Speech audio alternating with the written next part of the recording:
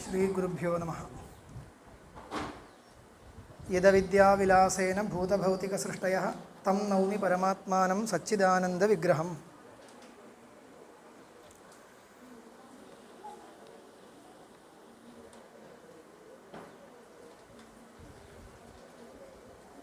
ഇപ്പോൾ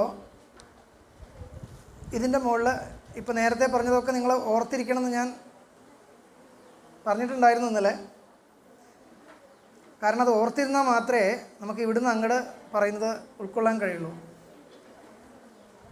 സിദ്ധാന്തേ പ്രത്യക്ഷപ്രയോജകം പ്രത്യക്ഷത്വപ്രയോജകം കിമിതി ചേത് എന്ന് പറഞ്ഞൊരു പങ്ക്തി ആരംഭിക്കുകയാണ്. അതായത് സിദ്ധാന്തേ വേദാന്ത സിദ്ധാന്തത്തിൽ പ്രത്യക്ഷത്വപ്രയോജകം കിം എന്ന് വെച്ചാൽ എന്താർത്ഥം? പ്രത്യക്ഷജ്ഞാനം എന്ന് പറഞ്ഞാൽ എന്താണ്? അതിൻ്റെ ഒരു ശാസ്ത്രീയമായൊരു രൂപമാണ് പ്രത്യക്ഷത്വപ്രയോജകം കിം. ആ ചോദ്യത്തിൻ്റെ അർത്ഥം അതാണ്. പ്രത്യക്ഷജ്ഞാനം എന്ന് പറഞ്ഞാൽ എന്താണ് എന്നാണ് ചോദിക്കുന്നത്. അല്ല, ഞാൻ പറയാതെ എങ്ങനെയാണ് ആ വാക്ക് വന്നിരിക്കുന്നതെന്ന് പറയാം. ഇപ്പോൾ നോക്കൂ, ഞാനെങ്ങനെയാണ് അർത്ഥം പറഞ്ഞേ? പ്രത്യക്ഷത്വപ്രയോജകം എന്ന് പറഞ്ഞാൽ പ്രത്യക്ഷജ്ഞാനം, പ്രത്യക്ഷത്തിൻ്റെ ലക്ഷണം, പ്രത്യക്ഷജ്ഞാനത്തിൻ്റെ ലക്ഷണം. പ്രത്യക്ഷത്തിൻ്റെ ലക്ഷണം എന്ത്? അതായത് ജ്ഞാനം രണ്ട് തരത്തിലുണ്ട്, പ്രത്യക്ഷജ്ഞാനമെന്നും പരോക്ഷജ്ഞാനമെന്നും. അപ്പോൾ ഒരു ജ്ഞാനം പ്രത്യക്ഷജ്ഞാനമാണ് എന്ന് എപ്പോൾ പറയാം? ലക്ഷണത്തെ വെച്ച് വേണ്ടേ പറയാൻ. അപ്പോൾ പ്രത്യക്ഷജ്ഞാനത്തിൻ്റെ ലക്ഷണം എന്താണോ അത് പ്രത്യക്ഷത്വത്തിൻ്റെ പ്രയോജകമാണ്. പ്രയോജകം എന്നൊരു വാക്ക് ശരിക്കും പറഞ്ഞാൽ വ്യാഖ്യാനിക്കണം, അപ്പോഴേ അത് മനസ്സിലാവുള്ളൂ. അതിനെ അതായിട്ട് നമുക്ക് മനസ്സിലാക്കാൻ ഉപയോഗിക്കപ്പെടുന്ന ധർമ്മം, അതാണ് പ്രയോജകം. ഉദാഹരണം പറഞ്ഞാൽ നമ്മൾ തർക്കസംഗ്രഹത്തിൽ ലക്ഷണം പഠിക്കില്ലേ? ഗന്ധവതി പൃഥിവി എന്ന് പഠിക്കുന്നു. പൃഥിവിയുടെ ലക്ഷണമാണ് ഗന്ധവത്വം, അങ്ങനെയല്ലേ പറയാം? പൃഥിവിയുടെ ലക്ഷണമാണ് ഗന്ധവത്വം എന്ന് പറയുന്ന ആ ആശയം മറ്റൊരു തരത്തിൽ പറഞ്ഞാൽ പൃഥിവീത്വസ്യ പ്രയോജകം ഗന്ധവത്വം എന്ന് പറയാം. പൃഥിവിയിലുള്ള ധർമ്മമാണ് പൃഥിവീത്വം. അപ്പോൾ എന്തിനെയാണ് പൃഥിവി പൃഥിവി എന്ന് നമ്മൾ വിളിക്കേണ്ടത്? എന്തിലാണോ ഗന്ധമുള്ളത് അതിനെയാണ് പൃഥിവി എന്ന് വിളിക്കേണ്ടത്. അപ്പോൾ ഒരു ദ്രവ്യത്തെ പൃഥിവിയായിട്ട് കണക്കാക്കാൻ നമ്മൾ പരിഗണിക്കുന്ന ധർമ്മം എന്താണ്? അതാണ് അതിൻ്റെ ലക്ഷണം, അല്ലേ? ഒരു ദ്രവ്യത്തെ ഇത് പൃഥിവിയാണ്, എങ്ങനെയാണ് അങ്ങനെ കണക്കാക്കിയത്? ഗന്ധവത്വം ഉള്ളത് കൊണ്ട്, ഇങ്ങനെയല്ലേ പറയാം? അപ്പോൾ ഈ ഗന്ധവത്വം എന്ന് പറയുന്ന ധർമ്മം പൃഥിവീത്വത്തിൻ്റെ പ്രയോജകമാണ്.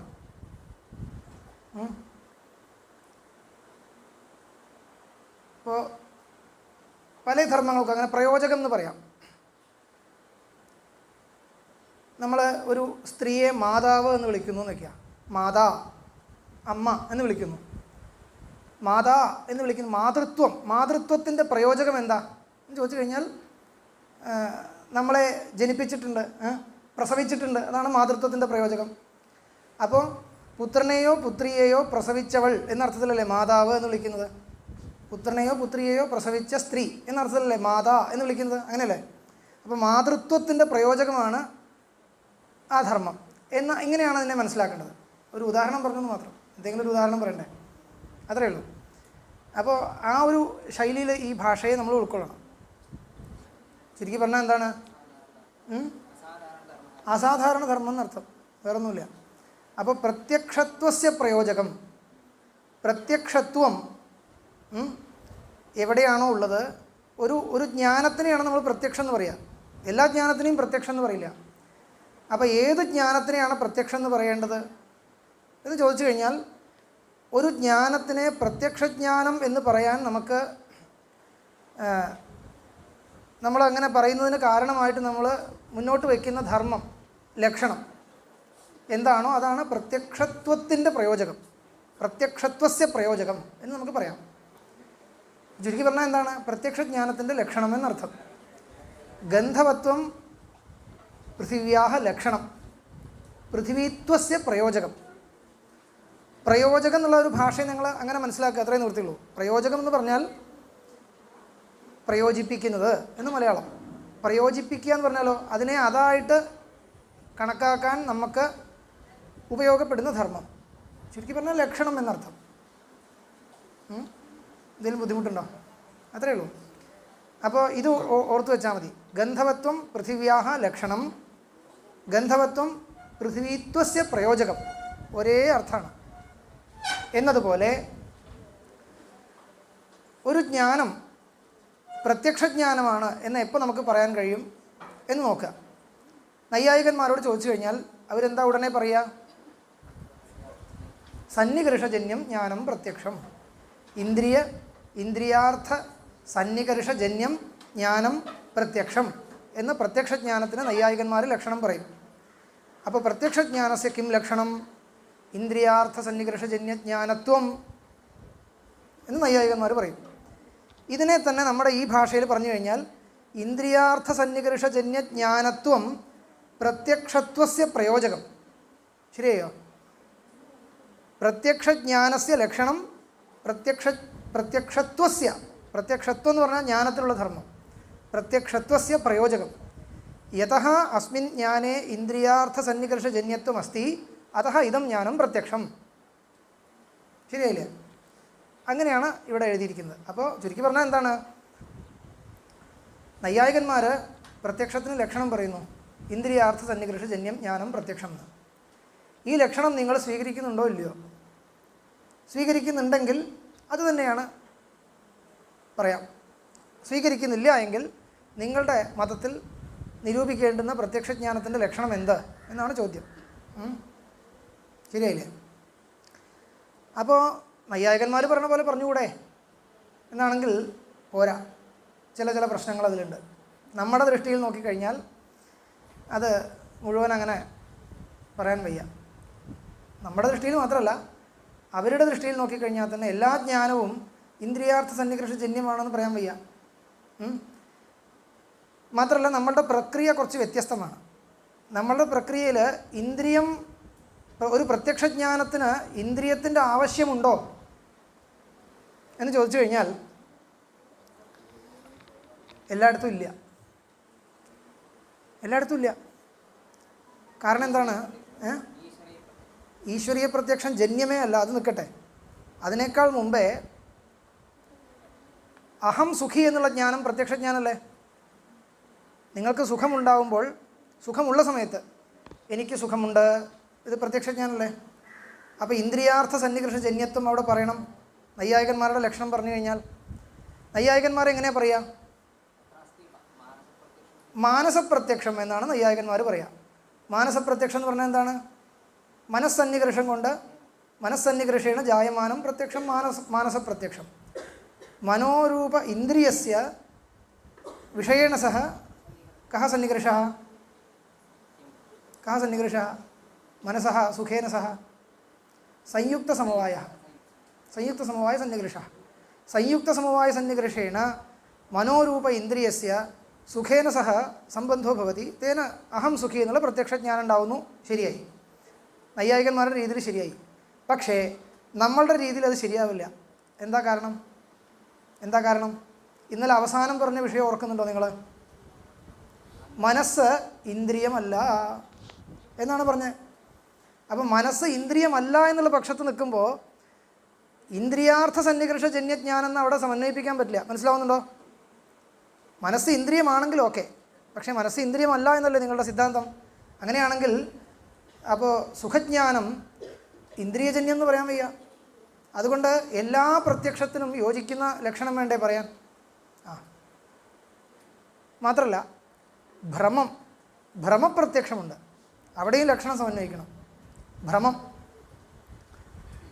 അതൊരു പ്രത്യക്ഷജ്ഞാനമാണ് പലപ്പോഴും. അതായത് കയറിൽ പാമ്പിനെ കാണുന്ന സന്ദർഭം കണ്ണുകൊണ്ട് കാണുന്നത് പോലെയല്ലേ നമ്മൾ കാണുന്നത്? അഹം സർപ്പം പശ്യാമി എന്നാണ് നമ്മുടെ അനുഭവം ഭ്രമിക്കുന്ന സമയത്ത്. അത് കഴിഞ്ഞാൽ അത് പോയി. കാണുന്ന സമയത്ത് എന്താണ് അനുഭവം? പശ്യാമി എന്നാണ് അനുഭവം. അപ്പോൾ അതൊരു പ്രത്യക്ഷജ്ഞാനമാണ്. ഇതേപോലെ സ്വപ്നം കാണുന്ന സമയത്ത് അത് തെറ്റായിട്ടുള്ള അറിവാണ്, ഭ്രമമാണ്. പക്ഷേ സ്വപ്നം കാണുന്ന സമയത്ത് നിങ്ങളുടെ തോന്നൽ എന്താണ്? പശ്യാമി എന്നല്ലേ? ഞാൻ കാണുന്നു, ഓർക്കുന്നു എന്നാണോ? അല്ലല്ലോ, ഓർക്കുന്നു എന്നല്ല, കാണുന്നു എന്നാണ് നമ്മളുടെ അനുഭവം. അങ്ങനെയാണെങ്കിൽ ഇതും ഒരു പ്രത്യക്ഷജ്ഞാനമാണ്. സ്വപ്ന സമയത്ത് എവിടെയാണ് ഇന്ദ്രിയാർത്ഥ സന്നികർഷം ഉള്ളത്? ഉണ്ടോ? ഇന്ദ്രിയങ്ങളൊന്നും വർക്ക് ചെയ്യുന്നില്ല. ഉറങ്ങിക്കഴിഞ്ഞാൽ പിന്നെ ഇന്ദ്രിയങ്ങൾക്കൊന്നും പണിയില്ല. സ്വപ്നത്തിൽ എന്തൊക്കെയോ നമ്മൾ കാണുന്നുണ്ട്. അപ്പോൾ ഇതും പ്രത്യക്ഷജ്ഞാനമാണ്. ഇവിടെ ഇന്ദ്രിയാർത്ഥ സന്നികർഷ ജന്യത്വമുണ്ടോ? ഇല്ല. രജ്ജുവിൽ അയം സർപ്പ എന്നുള്ള ജ്ഞാനം ഉണ്ടാകുന്ന സ്ഥലത്തും ഇന്ദ്രിയാർത്ഥ സന്നികർഷം ഇല്ല. കാരണം സർപ്പം അവിടെ ഇല്ല. സർപ്പം അവിടെ ഉണ്ടോ?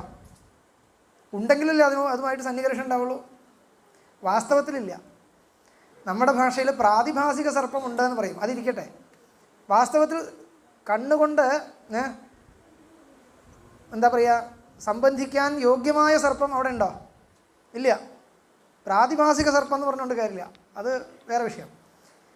കണ്ണുകൊണ്ട് കാണാൻ പറ്റുന്നത് ശരിക്കും പറഞ്ഞാൽ എന്താണ്? വ്യാവഹാരിക സർപ്പത്തെയാണ് കണ്ണുകൊണ്ട് കാണാൻ പറ്റുക, ശരിക്കുള്ള സർപ്പം എന്നർത്ഥം. അതവിടെ ഇല്ല. അതുകൊണ്ട് പക്ഷേ അത് പ്രത്യക്ഷജ്ഞാനമാണ്. പ്രത്യക്ഷജ്ഞാനം അല്ല എന്ന് പറഞ്ഞു കഴിഞ്ഞാൽ നമ്മുടെ അനുഭവം അതിനെതിരാണ്. ഞാൻ കാണുന്നു എന്നല്ലേ പറയുന്നത്. അപ്പോൾ ഇവിടെയൊക്കെ എന്ത് വന്നു? ഇന്ദ്രിയാർത്ഥ സന്നികർഷ ജന്യം ജ്ഞാനം പ്രത്യക്ഷം എന്ന് പറഞ്ഞു കഴിഞ്ഞാൽ ഈ പറയുന്ന സ്ഥലത്തൊക്കെ എന്താ ദോഷം? എന്താ ദോഷം? ലക്ഷണത്തിൻ്റെ ദോഷം എന്താണ്? തരി കഹാ ലക്ഷണദോഷ കഹാ? അവ്യാപ്തി. ലക്ഷണത്തിന് അവ്യാപ്തി വന്നു. ശരിയാണോ? അപ്പോൾ അതുകൊണ്ട് നൈയായികന്മാർ പറയുന്ന ലക്ഷണം നമുക്ക് തൽക്കാലം എടുക്കാൻ പറ്റില്ല. എന്നാൽ പിന്നെ എന്താണ് നിങ്ങൾ ഉദ്ദേശിക്കുന്ന ലക്ഷണം പറയണ്ടേ? അതാണ് ഇപ്പോൾ പറയാൻ പോകുന്നത്. അപ്പോൾ നമ്മൾ ഇന്നലെ ഞാൻ പറഞ്ഞ പ്രക്രിയയൊക്കെ ഒന്ന് പെട്ടെന്ന് മനസ്സിൽ വെക്കണം. അത് ആദ്യം നോക്കാം. ഒരു വിഷയം ഈ കുറച്ച് മുമ്പിലോട്ട് വായിച്ചിട്ട് അതിലേക്ക് നമുക്ക് കിടക്കാം. മുമ്പോട്ട് വായിച്ചിട്ട് ഒരു വരിയും കൂടി അർത്ഥം പറയാണ്ട്, എന്നിട്ട് നമുക്ക് അതിലേക്ക് കിടക്കാം. സിദ്ധാന്തേ പ്രത്യക്ഷത്വ പ്രയോജകം കിമിതി ചേത് എന്ന് ചോദ്യം. ചോദ്യത്തിൻ്റെ അർത്ഥം എന്താണെന്ന് ഞാൻ പറഞ്ഞു. പ്രത്യക്ഷജ്ഞാനസ്യ ലക്ഷണം കിം അയമേവ പ്രശ്ന. അപ്പോൾ ചോദിക്കുകയാണ്, ആ ചോദ്യം കേട്ട ഉടനെയാണ് ലക്ഷണം പറയുകയല്ല ചെയ്യുന്നത്. ആചാര്യൻ തിരിച്ചൊരു ചോദ്യം ചോദിക്കുകയാണ്. കിം ജ്ഞാനഗതസ്യ പ്രത്യക്ഷത്വസ്യ പ്രയോജകം പൃച്ഛസി കിം വാ വിഷയഗതസ്യ. ഇതെന്താണ്? ഇത് നിങ്ങൾക്ക് മനസ്സിലാവാത്തൊരു ഭാഷയാണ്. ജ്ഞാനഗതസ്യ പ്രത്യക്ഷത്വസ്യ പ്രയോജകം പൃച്ഛസി ഉത വിഷയഗതസ്യ പ്രത്യക്ഷത്വസ്യ. ഈ വരിയുടെ അർത്ഥം മനസ്സിലാവാണ്ടാണ് കുറേ ആൾക്കാർ നടക്കുന്നത്. അത് എന്തോ ഇത് ഈ പറയുന്നത് എന്താണെന്ന് ഉൾക്കൊണ്ട് കഴിഞ്ഞാൽ നമുക്കത് മുമ്പോട്ട് പറയുന്നത് പെട്ടെന്ന് നമുക്ക് അതിൻ്റെ ആ ഒരു എന്താ പറയുക, ഒരു വഴി കിട്ടും പറയേണ്ടുന്ന രീതി എന്താണെന്നുള്ളത്. ഈ ചോദ്യം ഈ വികല്പമുണ്ടല്ലോ, കിം ജ്ഞാനഗതസ്യ പ്രത്യക്ഷത്വസ്യ പ്രയോജകം പൃച്ഛസി ഉത വിഷയഗതസ്യ. ഇതെന്താണ് ചോദ്യം എന്ന് ആദ്യം മനസ്സിലാക്കണം. ജ്ഞാനഗതസ്യ പ്രത്യക്ഷത്വസ്യ പ്രയോജകം, വിഷയഗതസ്യ പ്രത്യക്ഷത്വസ്യ പ്രയോജകം. ഇതിൻ്റെ രണ്ടിൻ്റെയും നിരൂപണമാണ് ഈ ഗ്രന്ഥത്തിൽ കുറേ ദൂരം ഉള്ളത്. ഇനി ഇതിപ്പോൾ എന്താ? ജ്ഞാനഗത പ്രത്യക്ഷത്വം, വിഷയഗത പ്രത്യക്ഷത്വം, രണ്ട് തരം പ്രത്യക്ഷത്തെക്കുറിച്ചാണോ പറയുന്നത്? പ്രത്യക്ഷജ്ഞാനം രണ്ട് തരത്തിലുണ്ട്. ജ്ഞാനഗത പ്രത്യക്ഷം, വിഷയഗത പ്രത്യക്ഷം, അങ്ങനെയൊന്നും പറയരുത്. അതല്ല ഇതിനാശയം. ഒരേ ജ്ഞാനത്തെക്കുറിച്ച് രണ്ട് തരത്തിൽ ചിന്തിക്കുകയാണ്. ഒരു വസ്തു നമ്മുടെ മുമ്പിൽ ഉണ്ടാകുമ്പോൾ നമുക്ക് ഈ പുസ്തകത്തെ ഞാൻ കാണുന്നു. ഇപ്പോൾ ഈ പുസ്തകത്തെ ശ്രദ്ധിച്ച് കേൾക്കണം. ഇപ്പോൾ ശ്രദ്ധിച്ചില്ലെങ്കിൽ ഇനി മുമ്പോട്ട് ശ്രദ്ധിക്കാൻ പറ്റില്ല. ഈ ഒരു 3 മിനിറ്റ് വൃത്തിയായിട്ട് ശ്രദ്ധിച്ചാൽ മതി, പിന്നെ വേഗം നമുക്ക് മുമ്പിലേക്ക് പോകാം. ഈ പുസ്തകത്തെ ഞാൻ കാണുന്ന സമയത്ത് എനിക്കൊരു അറിവുണ്ടാവുന്നു. ഈ അറിവിൻ്റെ എന്താണ്? ഇതം പുസ്തകം എന്നൊരു അറിവുണ്ടാവുന്നു. ജ്ഞാനസ്യ ആകാര എന്നാണ് നമ്മൾ ശാസ്ത്രഭാഷയിൽ പറയുക. ഇതം പുസ്തകം ദൃഷ്ട്വാ കിം ജ്ഞാനം ജായതേ, ഇതം പുസ്തകം ഇത് ജ്ഞാനം ജായതേ, ഇതം പുസ്തകം ഇത് ജ്ഞാനസ്യ ആകാര. ശരിയല്ലേ? ഇവിടെ ഒരു ജ്ഞാനമുണ്ട്, ഒരു വിഷയമുണ്ട്. ജ്ഞാനം വിഷയം എന്ന് പറഞ്ഞാൽ എന്താ അർത്ഥം? വിഷയം എന്ന് പറഞ്ഞാൽ എന്താണ്? എന്തിനെയാണോ അറിയുന്നത് അതാണ് ജ്ഞാനത്തിൻ്റെ വിഷയം. ജ്ഞാനം എന്ന് പറഞ്ഞാൽ അറിവ്. എന്തിനെയാണോ നമ്മൾ അറിയുന്നത് അതാണ് ജ്ഞാനത്തിൻ്റെ വിഷയം, ഓബ്ജക്റ്റ്. കർമ്മം എന്നൊക്കെ നമ്മൾ പറയും. വിഷയം എന്ന് പറഞ്ഞാൽ എന്താണെന്ന് ചോദിച്ചു കഴിഞ്ഞാൽ നിങ്ങൾ അങ്ങനെ പറഞ്ഞു കൊടുക്കണം. ഇത് കേട്ടാൽ മാത്രം പോരാ, മറ്റൊരാളെ പറഞ്ഞ് മനസ്സിലാക്കാനുള്ള ഭാഷയും കൂടി പറഞ്ഞ് അറിയണം. എന്തിനെയാണോ നമ്മൾ അറിയുന്നത് അതാണ് ജ്ഞാനത്തിൻ്റെ വിഷയം. ഇപ്പോൾ ഇവിടെ ഉണ്ടാകുന്ന ജ്ഞാനം എന്താണ്? ഇതം പുസ്തകം എന്ന ജ്ഞാനം. ഈ ജ്ഞാനത്തിന് വിഷയമാവുന്നത് എന്താണ്? പുസ്തകം ആണല്ലോ. ഇപ്പോൾ ഇവിടെ എനിക്കുണ്ടായ ജ്ഞാനം ഒരു പ്രത്യക്ഷജ്ഞാനമാണോ അതോ പരോക്ഷജ്ഞാനമാണോ? പ്രത്യക്ഷജ്ഞാനമാണല്ലോ, ആണ്. അപ്പോൾ ഇതം പുസ്തകം എന്ന ജ്ഞാനത്തിൽ പ്രത്യക്ഷത്വമുണ്ട്, ശരിയല്ലേ? ജ്ഞാനത്തിൽ പ്രത്യക്ഷത്വമാണോ ഉള്ളത് അതോ പരോക്ഷത്വമാണോ ഉള്ളത്? പ്രത്യക്ഷത്വം. പുസ്തകത്തിലല്ല, ജ്ഞാനത്തിൽ. അതാദ്യം മനസ്സിലാക്കണം. ഇതം പുസ്തകം എന്ന ജ്ഞാനം പ്രത്യക്ഷജ്ഞാനമാണോ പരോക്ഷജ്ഞാനമാണോ? പ്രത്യക്ഷജ്ഞാനമാണ്. ഇങ്ങോട്ട് പറയൂ. പ്രത്യക്ഷജ്ഞാനമാണെങ്കിൽ ആ ജ്ഞാനത്തിൽ പ്രത്യക്ഷത്വം എന്ന ധർമ്മമാണോ ഉള്ളത് പരോക്ഷത്വം എന്ന ധർമ്മമാണോ ഉള്ളത്? പ്രത്യക്ഷത്വം എന്ന ധർമ്മമാണ് ഉള്ളത്. അപ്പോൾ ഇതിനെയാണ് നമ്മൾ പറയുന്നത് ജ്ഞാനഗത പ്രത്യക്ഷത്വം എന്ന്. ഇവിടെ ഗതം എന്ന ശബ്ദത്തിന് പോയത് എന്നർത്ഥമല്ല. ഗതം എന്ന് പറഞ്ഞാൽ പോയത് എന്നുള്ളത്. സഹ ഗത തേന ഗതം, അങ്ങനെയല്ല. ഗതം എന്ന വാക്കിന് അവിടെ ഉള്ളത് എന്നർത്ഥമാണ്. ജ്ഞാനഗതം എന്ന് പറഞ്ഞാൽ ജ്ഞാനത്തിൽ ഉള്ളത്, ജ്ഞാനത്തിൽ ഉള്ളതായ പ്രത്യക്ഷത്വം എന്ന ധർമ്മം. അതിനെ കാണിക്കാനാണ് ജ്ഞാനഗത പ്രത്യക്ഷത്വം എന്ന വാക്ക് ഗ്രന്ഥകാരൻ ഉപയോഗിച്ചത്. ഇതിനി മറക്കരുത്, വേണമെങ്കിൽ എഴുതി വെച്ചോളൂ. ജ്ഞാനത്തിൽ ഉള്ള, ഗത ശബ്ദത്തിന് ഉള്ള എന്നർത്ഥമാണ്. ജ്ഞാനത്തിൽ പ്രത്യക്ഷത്വം എന്ന ധർമ്മമുണ്ട്. അപ്പോൾ ജ്ഞാനത്തിൽ ഉള്ള പ്രത്യക്ഷത്വം എന്ന ധർമ്മത്തിൻ്റെ പ്രയോജകം എന്ത് ചോദിച്ചാൽ നേരത്തെ പറഞ്ഞ പോലെ പ്രത്യക്ഷജ്ഞാനസ്യ ലക്ഷണം കിം എന്ന ചോദ്യത്തിലേക്ക് എത്തുന്നു. ജ്ഞാനഗതസ്യ പ്രത്യക്ഷത്വസ്യ പ്രയോജകം കിം എന്ന് ചോദിച്ചു കഴിഞ്ഞാൽ ഇവിടെ നിങ്ങൾക്കൊരു പ്രത്യക്ഷജ്ഞാനം ഉണ്ടായി. ആ ജ്ഞാനത്തിൽ പ്രത്യക്ഷത്വം എന്ന ധർമ്മമുണ്ട്. ആ ധർമ്മത്തിന് നിങ്ങൾ എന്തിനെ വെച്ചുകൊണ്ടാണ് ഇത് പ്രത്യക്ഷജ്ഞാനമാണ് നിങ്ങൾ പറഞ്ഞത്?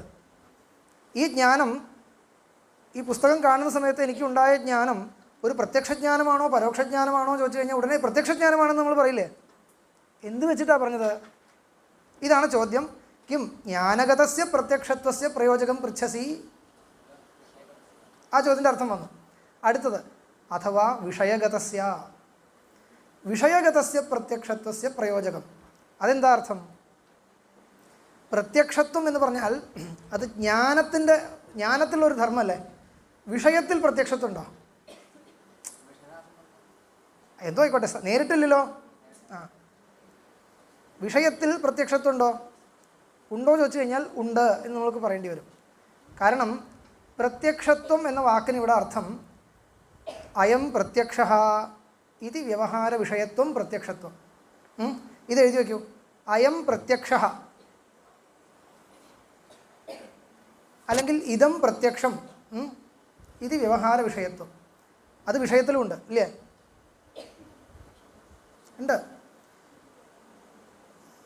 ഞാനത് ഒന്നുകൂടി വിസ്തരിച്ച് പറയാം. അത് ആദ്യം ഉറപ്പിച്ചതിന് ശേഷം മുമ്പിലേക്ക് പോവാം. ഒരു ജ്ഞാനം, ഇപ്പോൾ ഞാൻ ഈ പുസ്തകത്തെ കണ്ടു കഴിഞ്ഞാൽ നമ്മളുടെ ഉള്ളിൽ രണ്ട് തരം വ്യവഹാരങ്ങൾ നടക്കുന്നുണ്ട് ഒരേ ജ്ഞാനത്തെ വെച്ചുകൊണ്ട്. സംഭവിച്ചത് എന്താണ്? ഈ പുസ്തകത്തെ ഞാൻ കണ്ണുകൊണ്ട് കണ്ടു, ഇത്രേ സംഭവിച്ചിട്ടുള്ളൂ. ഇതിനെ വെച്ചുകൊണ്ട് നമ്മൾ രണ്ട് തരത്തിൽ വ്യവഹരിക്കുന്നുണ്ട്. എന്താണ് വ്യവഹരിക്കുന്നത്? എനിക്ക് ഒരു പ്രത്യക്ഷജ്ഞാനം ഉണ്ടായി,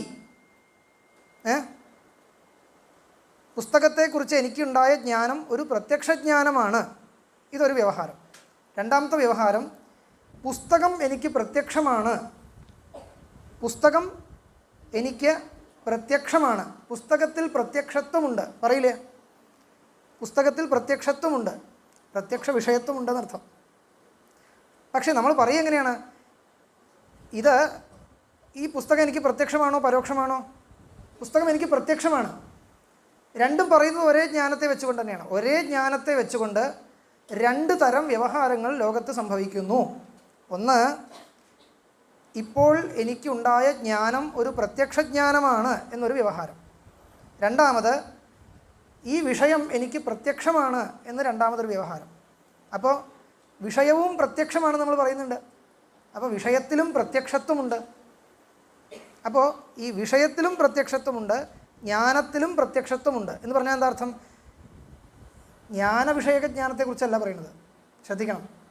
ജ്ഞാനവിഷയക ജ്ഞാനം അനുവ്യവസായ, അത് വേറെ, അതല്ല പറയണത്. ഈ ജ്ഞാനം ഒരു പ്രത്യക്ഷ ജ്ഞാനമാണല്ലോ, അതിനെക്കുറിച്ചുള്ള ജ്ഞാനത്തെക്കുറിച്ചല്ല സംസാരിക്കുന്നത്. ജ്ഞാനത്തെക്കുറിച്ചുള്ള രണ്ടാമതൊരു ജ്ഞാനമുണ്ട്, അത് നിങ്ങൾക്കറിയോ? അനുവ്യവസായം എന്ന് പറയും. വ്യവസായം അനുവ്യവസായം എന്ന് കേട്ടിട്ടുണ്ടോ? കേട്ടില്ല? ഒന്നുമില്ല. ഞാനൊരു വസ്തുവിനെ അറിയുന്ന സമയത്ത് പുസ്തകം പശ്യാമി, ഇതാണ് വ്യവസായജ്ഞാനം എന്ന് പറയാം. രണ്ടാമത് ഇത് ഞാൻ പുസ്തകത്തെ അറിയലാണ്. ഇനി പുസ്തകജ്ഞാനത്തെ അറിയുന്നില്ലേ ഞാൻ? രണ്ടാമത് പുസ്തകജ്ഞാനവും എനിക്ക് പ്രത്യക്ഷമാണല്ലോ. പുസ്തകജ്ഞാനം എനിക്കുണ്ടായോ ഇല്ലയോ എന്ന് വേറൊരാൾ പറഞ്ഞു തരണോ? വേണ്ട. ഞാൻ കണ്ടു കഴിഞ്ഞാൽ പുസ്തകത്തെ കാണുന്നു, പുസ്തകജ്ഞാനത്തെയും ഞാൻ അറിയുന്നു. അത് ജ്ഞാനത്തെക്കുറിച്ചുള്ള ജ്ഞാനമാണ്. ഇവിടെ അതല്ല പറയുന്നത്. ജ്ഞാനഗത പ്രത്യക്ഷത്വം എന്ന് പറഞ്ഞു കഴിഞ്ഞാൽ ഒരു ജ്ഞാനത്തിൽ ഒരു ജ്ഞാനം പ്രത്യക്ഷമാണ് എന്നിങ്ങനെയുള്ള ഒരു തീരുമാനം. അതിൻ്റെ കാരണം എന്താണ് എന്ന് ചോദിച്ചാൽ, ഇനി ഇതിനേക്കാൾ സരളമായിട്ട് പറഞ്ഞാൽ, നിങ്ങളുടെ ഭാഷയിൽ പറഞ്ഞാൽ എന്തേ ഉള്ളൂ? പ്രത്യക്ഷജ്ഞാനത്തിൻ്റെ ലക്ഷണം എന്ത്? പ്രത്യക്ഷ വിഷയത്തിൻ്റെ ലക്ഷണം എന്ത്? പ്രത്യക്ഷജ്ഞാനം നാമ കിം പ്രത്യക്ഷ വിഷയോ നാമകഃ, ഇതാണ് ഈ ചോദ്യത്തിൻ്റെ അർത്ഥം. കിം ജ്ഞാനഗതസ്യ പ്രത്യക്ഷത്വസ്യ പ്രയോജകം പൃച്ഛസി കിം വാ വിഷയഗതസ്യ. ഈ ചോദ്യത്തിൻ്റെ അർത്ഥം നിങ്ങൾ എഴുതി വയ്ക്കുക. പ്രത്യക്ഷജ്ഞാനസ്യ ലക്ഷണം കിം പ്രത്യക്ഷ വിഷയസ്യ ലക്ഷണം കിം, ഇതാണ് ചോദിച്ചത്. പ്രത്യക്ഷജ്ഞാനസ്യ ലക്ഷണം കിം പ്രത്യക്ഷ വിഷയസ്യ ലക്ഷണം കിം, ഇതാണ് ചോദ്യത്തിൻ്റെ അർത്ഥം. ഇത് ഉള്ളിൽ വെക്കണം. ഇനി മറക്കരുത്. പ്രത്യക്ഷജ്ഞാനസ്യ ലക്ഷണം കിം, ചോദ്യത്തിൻ്റെ അർത്ഥം എന്താണ്? ഒരു ജ്ഞാനം പ്രത്യക്ഷജ്ഞാനമാണ് എന്ന് എപ്പോൾ നമുക്ക് പറയാം? അതിൻ്റെ നിർവചനം എന്ത്? അതേപോലെ പ്രത്യക്ഷ വിഷയസ്യ ലക്ഷണം കിം, ഒരു വിഷയം എപ്പോഴാണ് പ്രത്യക്ഷമാവുന്നത്? ഒരു വിഷയം പ്രത്യക്ഷമാണ് എന്ന് എപ്പോൾ നമുക്ക് പറയാം? ഒരു വിഷയം പ്രത്യക്ഷമാണ് എന്ന് എപ്പോൾ നമുക്ക് പറയാം? അതേപോലെ വിഷയത്തെക്കുറിച്ചുള്ള ജ്ഞാനം ഒരു പ്രത്യക്ഷജ്ഞാനമാണ് എന്ന് എപ്പോൾ പറയാം? ഇതാണ് ചോദിക്കുന്നത്. അപ്പോൾ ആ ചോദ്യത്തിൻ്റെ അർത്ഥം നമുക്ക് ആദ്യം കൃത്യമായിട്ട് ഉൾക്കൊള്ളാൻ കഴിയണം. ഇതാണ് ഈ ചോദ്യത്തിൻ്റെ രണ്ടിനും വേറെ വേറെ ഉത്തരം പറയാൻ പോവുകയാണ്. ആദ്യേ പ്രമാണ ചൈതന്യസ്യ വിഷയാവച്ഛിന്ന ചൈതന്യാഭേദ ഇതി ബ്രൂമഃ എന്നൊരു വരി. ആദ്യേ എന്ന് പറഞ്ഞു കഴിഞ്ഞാൽ പ്രത്യക്ഷജ്ഞാനത്തിൻ്റെ ലക്ഷണം എന്താണ് എന്ന് ഞാൻ ആദ്യം പറഞ്ഞു തരാം. പ്രത്യക്ഷജ്ഞാനത്തിൻ്റെ ലക്ഷണം അപ്പോൾ നേരത്തെ ഞാൻ പറഞ്ഞത് ഓർക്കണം. പ്രത്യക്ഷജ്ഞാനത്തിൻ്റെ ലക്ഷണം എന്താ എന്ന് ചോദിച്ചാൽ, നൈയായികന്മാർ പറയും ഇന്ദ്രിയാർത്ഥ സന്നികർഷജന്യം ജ്ഞാനം പ്രത്യക്ഷം എന്ന്. അത് നമ്മൾക്ക് സ്വീകരിക്കാൻ പറ്റുമോ? സ്വീകരിക്കാൻ പറ്റില്ല എന്ന് നേരത്തെ ഞാൻ കാണിച്ചു. അതേപോലെ പ്രത്യക്ഷ വിഷയസ്യ ലക്ഷണം കിം എന്ന് ചോദിച്ചാൽ നൈയായികന്മാർ എന്താ പറയുക? ഇന്ദ്രിയാർത്ഥ സന്നികർഷജന്യജ്ഞാന വിഷയത്വം. നമ്മൾ വിഷയം വരെ എത്തിക്കണം, എത്രയേ ഉള്ളൂ. പ്രത്യക്ഷ ജ്ഞാനത്തിൻ്റെ ലക്ഷണം പറഞ്ഞു കഴിഞ്ഞാൽ പിന്നെ സൗകര്യമായി. അപ്രകാരമുള്ള ജ്ഞാനത്തിൻ്റെ വിഷയമാണ് എങ്കിൽ പ്രത്യക്ഷ വിഷയമാണ്, കഴിഞ്ഞു. പ്രത്യക്ഷ ജ്ഞാനത്തിൻ്റെ ലക്ഷണം പറഞ്ഞു കഴിഞ്ഞാൽ പ്രത്യക്ഷ വിഷയത്തിൻ്റെ ലക്ഷണം പ്രത്യേകിച്ച് പിന്നെ പറയാനൊന്നുമില്ല. ഇതാണ് നൈയായികന്മാരുടെ നിലപാട്. കുട്ടികളെ എല്ലാ വിഷയത്തിലും നമ്മൾ നൈയായികന്മാരുടെ നിലപാട് എന്താണെന്ന് ആദ്യം അറിയണം, എന്നിട്ടും ഇങ്ങോട്ട് വന്നു കഴിഞ്ഞാൽ നമുക്ക് മനസ്സിലാവുള്ളൂ. അതാണൊരു മെത്തേഡ്, അങ്ങനെയാണ്. കാരണം വെച്ചാൽ ഏറ്റവും എളുപ്പമുള്ളൊരു ശാസ്ത്രമാണ് ഈ 7 പദാർത്ഥങ്ങളേക്ക് വെച്ച് ഇങ്ങനെ പുക വേണ്ടു. ഇതല്ല, ഇത് കുറച്ചും കൂടിയും പ്രശ്നമാണ്. അപ്പോൾ അതുകൊണ്ടാണ് ഈ തർക്കസങ്കരമൊക്കെ ആദ്യം പഠിപ്പിക്കുന്നത്. അപ്പോൾ ഇരിക്കട്ടെ. പ്രത്യക്ഷ ജ്ഞാനത്തിൻ്റെ ലക്ഷണം എന്ത് എന്ന് നിർവചിച്ചു കഴിഞ്ഞാൽ ആ ലക്ഷണത്തെ പിടിച്ചുകൊണ്ട് തന്നെ പ്രത്യക്ഷ വിഷയത്തിൻ്റെ ലക്ഷണം എന്താണെന്ന് നൈയായികന് പറയാൻ സാധിക്കും. ഇന്ദ്രിയാർത്ഥ സന്നികർഷജന്യം ജ്ഞാനം പ്രത്യക്ഷം എന്ന് പ്രത്യക്ഷ ജ്ഞാനത്തിൻ്റെ ലക്ഷണം പറഞ്ഞു. താദൃശ ജ്ഞാന വിഷയത്വം പ്രത്യക്ഷ വിഷയസ്യ ലക്ഷണം. ഇന്ദ്രിയാർത്ഥ സന്നികർഷജന്യ ജ്ഞാന വിഷയത്വം, വിഷയത്തിലേക്ക് എത്തിയില്ലേ? വിഷയത്വം എന്ന് വന്നു കഴിഞ്ഞാൽ വിഷയത്തിലേക്ക് എത്തി, ലക്ഷണമായി. സിമ്പിൾ. ഇത് നൈയായികന്മാർ പറയും. നമ്മളെ സംബന്ധിച്ചിടത്തോളം അത്ര സിമ്പിൾ അല്ല അത്. അതിൽ വേറെ ചില സർക്കസുകളൊക്കെ വേണം. കാരണം ആ ലക്ഷണം നമുക്ക് സ്വീകരിക്കാൻ പറ്റില്ല എന്നായി. അപ്പോൾ പിന്നെ എന്ത് വേണം ചോദിച്ചാൽ, നമ്മൾ ഇന്നലെ പറഞ്ഞ വർത്തമാനങ്ങളൊക്കെ ഉള്ളിൽ വെച്ചുകൊണ്ട് നമുക്കൊരു ലക്ഷണം തയ്യാറാക്കേണ്ടതുണ്ട്. നമ്മൾ ഇന്നലെ പറഞ്ഞ വർത്തമാനങ്ങൾ എന്തൊക്കെയാണ്? അതൊക്കെ ഒന്ന് ഒറ്റ വാക്കിൽ ഒരു 2-3 വാക്യത്തിൽ എങ്ങനെയാണ് പറയുക? ഇന്നലെ ഞാൻ മൊത്തം ഇരുന്ന് പറഞ്ഞ കാര്യങ്ങൾ ഒരു 3 വാക്യത്തിൽ പറയുന്നത് വെച്ചാൽ എങ്ങനെയാണ് പറയാം? ഒരു വിഷയത്തെ പ്രത്യക്ഷമായിട്ട് നമുക്ക് പ്രകാശിപ്പിക്കുന്നത് ആരാണ്? നമ്മളുടെ ആത്മാവ് തന്നെയാണ്. ഇതാണൊരു സ്റ്റേറ്റ്മെൻറ്റ്. നമ്മളുടെ ആത്മാവ് തന്നെയാണ് ഈ വിഷയത്തെ. ആത്മാവ് സ്വപ്രകാശമാണ്, ഒരു ലൈറ്റ് പോലെ എന്ന് വിചാരിക്കൂ. അങ്ങനെ അല്ലെങ്കിലും മനസ്സിൽ വയ്ക്കാൻ, നമ്മളുടെ ആത്മാവ് തന്നെയാണ് എനിക്ക് ഈ വിഷയത്തെ പ്രകാശിപ്പിച്ചു തരുന്നത്. ആത്മാവ് സ്വപ്രകാശമാണ്. പക്ഷേ ഈ സ്വപ്രകാശമായിട്ടുള്ള ആത്മാവ് അങ്ങനെ തന്നെ അങ്ങോട്ട് വിഷയങ്ങളെ പ്രകാശിപ്പിക്കാൻ തുടങ്ങിക്കഴിഞ്ഞാൽ സർവ്വവും പ്രകാശിപ്പിക്കുമായിരുന്നു. വിഭുവാണ്, സർവ്വവ്യാപിയായിട്ടുള്ള ആത്മാവ് അങ്ങനെ അങ്ങോട്ട് വിഷയത്തെ പ്രകാശിപ്പിക്കാൻ തുടങ്ങിയാൽ എല്ലാം എപ്പോഴും പ്രകാശിക്കണം ന്യായമായിട്ടും. പക്ഷേ അങ്ങനെ സംഭവിക്കുന്നില്ല. അപ്പോൾ എന്ത് വന്നു? അതിന് നെക്സ്റ്റ് സ്റ്റെപ്പ് എന്താ നമ്മൾ എങ്ങനെ എടുത്തത്? ആത്മാവ് അന്ധക്കരണത്താൽ പരിച്ഛിന്നമാണ്. പരിച്ഛിന്നമാണെങ്കിൽ ഇപ്പോൾ ആത്മാവ് ഇവിടെ ഇല്ല കേട്ടോ, ഇവിടെ ഉള്ളൂ. അന്ധക്കരണം നിൽക്കണോടത്തേ ആത്മാവുള്ളൂ. ഇപ്പോൾ അന്ധക്കരണം നിൽക്കണോടത്താണ് ഇപ്പോൾ ആത്മാവ് നിൽക്കുന്നത്. അപ്പോൾ അന്ധക്കരണം നിൽക്കണോടത്തുള്ള ആത്മാവ് ഇവിടെ ഇല്ലാത്തത് കൊണ്ട് ഇപ്പോൾ ഇതിനെ പ്രകാശിപ്പിക്കുന്നില്ല. അപ്പോൾ ആൾ ഇവിടെ എത്തണം, അപ്പോഴേ ഇതിനെ പ്രകാശിപ്പിക്കുള്ളൂ അല്ലേ? അതിനെന്ത് വേണം? അന്ധക്കരണ വൃത്തി ഇവിടെ എത്തണം. അന്ധക്കരണ വൃത്തി ഇവിടെ എത്തുന്ന സമയത്ത് അന്ധക്കരണ വൃത്തിയോടൊപ്പം ആത്മാവും ഇവിടെ എത്തി എന്നൊക്കെ ഒരു ലൗകിക ഭാഷയാണ്, എത്തലൊന്നുമില്ല. പക്ഷേ അതിൻ്റെ ശാസ്ത്രീയ ഭാഷയിൽ എങ്ങനെയാണ് പറയുക? അന്ധക്കരണം വിഷയാകാരേണ പരിണമിച്ച സമയത്ത് ആ അന്ധക്കരണ വൃത്തിയിൽ ആത്മാവ് റിഫ്ലക്റ്റ് ചെയ്തു, പ്രതിബിംബിച്ചു. അപ്പോൾ ആത്മാവ് ഇവിടെ വന്നിട്ട് പ്രതിബിംബിച്ചില്ലേ? ആ പ്രതിബിംബിച്ച ആത്മാവ് സ്വപ്രകാശമല്ലേ? ആ സ്വപ്രകാശമായ ആത്മാവിൻ്റെ സംബന്ധം കൊണ്ട് ഈ വസ്തു പ്രകാശിച്ചു, തീർന്നു. ഇപ്പോൾ പ്രത്യക്ഷജ്ഞാനം എന്ന് പറഞ്ഞാൽ എന്താണ്? ഈ ഒരു കഥ വെച്ചിട്ട്, ഈ ഒരു സിറ്റുവേഷൻ ഉള്ളിൽ വെച്ചിട്ട് നിങ്ങൾ എങ്ങനെയാണ് ലക്ഷണം പറയുക? കിം നാമ പ്രത്യക്ഷജ്ഞാനം? ജ്ഞാനം എന്ന് പറഞ്ഞു കഴിഞ്ഞാൽ ആത്മാവാണ്, അത് വിടരുത്. അത് നമ്മളുടെ ബേസിക് തിയറിയാണ്. ജ്ഞാനം എന്ന് പറഞ്ഞാൽ ആത്മാവിൻ്റെ തന്നെ സ്വരൂപമാണ്. പക്ഷേ ആത്മാവിൻ്റെ സ്വരൂപം അങ്ങനെ തന്നെ അങ്ങോട്ട് എടുത്താൽ പോരാ, അതിൻ്റെ ഒരു റിഫ്ലക്ഷൻ നമുക്ക് വേണം അല്ലേ? അപ്പോൾ അത് മറക്കരുത്, പ്രതിബിംബ. അപ്പോൾ അന്ധക്കരണ വൃത്തി പ്രതിബിംബിതമായ ചൈതന്യമാണ് പ്രത്യക്ഷജ്ഞാനം എന്ന് പറയാമോ? വെറും അന്ധക്കരണ വൃത്തിയല്ല, വിഷയാകാരേണ പരിണത അന്ധക്കരണ വൃത്തി പറയാമോ? വിഷയാകാരേണ പരിണമിക്കപ്പെട്ട അന്ധക്കരണ വൃത്തിയിൽ ഉള്ള പ്രതിബിംബമാണ് പ്രത്യക്ഷജ്ഞാനം. ഇതൊന്ന് ഉള്ളിൽ വയ്ക്കുക. ആദ്യം ഉള്ളിൽ വയ്ക്കാൻ ഞാൻ സമയം തരാം. വിഷയാകാരേണ പരിണമിച്ച അങ്ങനെ ഒരു ഫിഗറൈസ് ചെയ്യണത് മനസ്സിൽ. വിഷയാകാരത്തിൽ പരിണമിച്ച അന്ധക്കരണ വൃത്തിയിൽ പ്രതിബിംബിച്ച ആത്മചൈതന്യമാണ് പ്രത്യക്ഷജ്ഞാനം. ശരിയായോ? ശരിയായോ ചോദിച്ചു കഴിഞ്ഞാൽ ഇനിയും അതിൻ്റെ മുകളിൽ നമുക്ക് എക്സ്റ്റൻഷൻസ് ചേർക്കാനുണ്ട്. ഇവിടെ 1-2 കാര്യങ്ങൾ കൂടി പറയാനുണ്ട്. സത്യം പറഞ്ഞാൽ ഈ വിഷയത്തെ പ്രകാശിപ്പിച്ചത് ആരാണ് എന്ന് ചോദിച്ചാൽ, നേരത്തെ പറഞ്ഞ പോലെ വൃത്തിയിൽ പ്രതിബിംബിച്ച ചൈതന്യമാണെന്ന് പറഞ്ഞു. പക്ഷേ ആൾറെഡി ഈ വിഷയത്തിന് ചൈതന്യവുമായിട്ട് ബന്ധമുണ്ടോ ചോദിച്ചു കഴിഞ്ഞാൽ ബന്ധമുണ്ട്.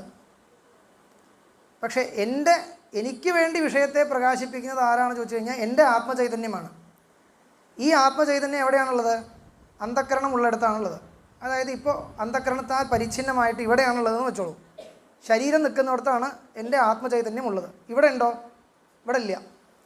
അപ്പോൾ എൻ്റെ ആത്മചൈതന്യം ഇവിടെ എത്തുന്നതിന് മുമ്പ് ഈ വസ്തുവിന് ചൈതന്യവുമായിട്ട് യാതൊരു ബന്ധവുമില്ല എന്ന് പറയാൻ പറ്റും. ഇതാണിപ്പോൾ നമ്മുടെ കഥാപാത്രം. ഇത് കഴിയുന്നവരെ ഇതാണ്, ഇവനെ വെച്ചിട്ടാണ് നമുക്ക് എല്ലാം തീരുമാനിക്കേണ്ടത്.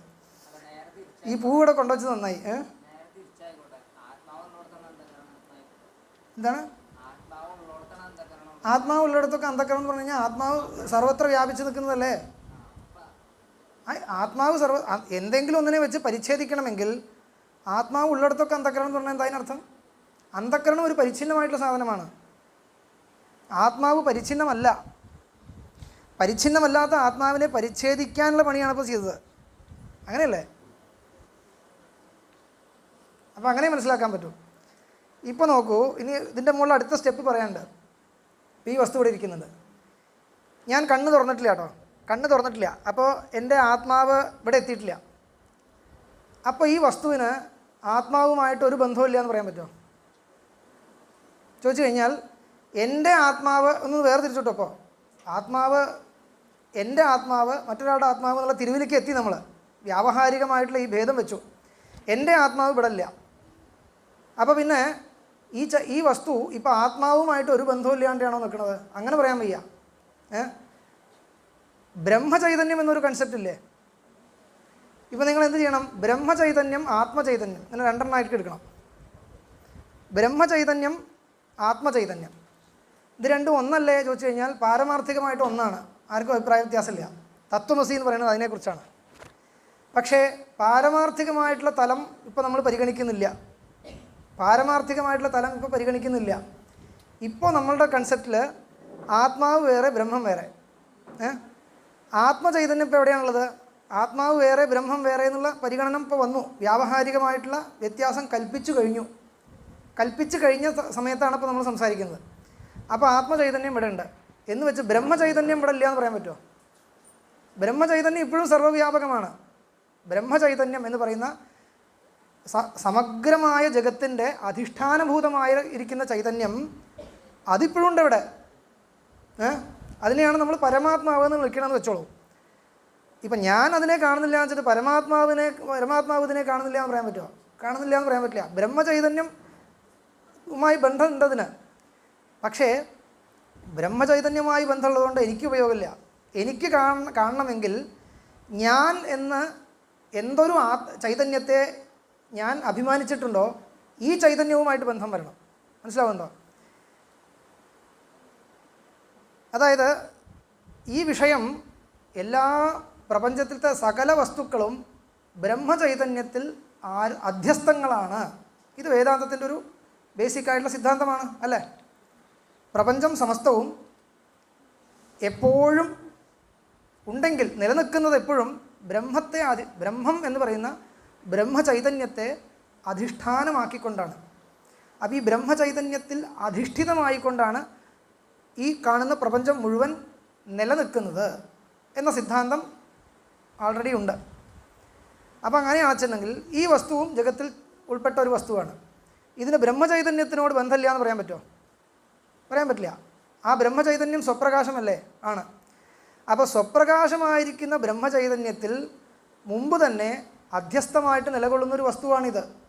ഞാൻ അതിനെ എനിക്ക് കാണാൻ പറ്റിയിട്ടില്ല എന്നേ ഉള്ളൂ. ഞാൻ കണ്ണു തുറക്കാത്ത സമയത്തോളം എനിക്കത് കാണുന്നില്ല എന്നല്ലാതെ ഇത് ആർക്കും പ്രകാശിക്കുന്നില്ല എന്നില്ല.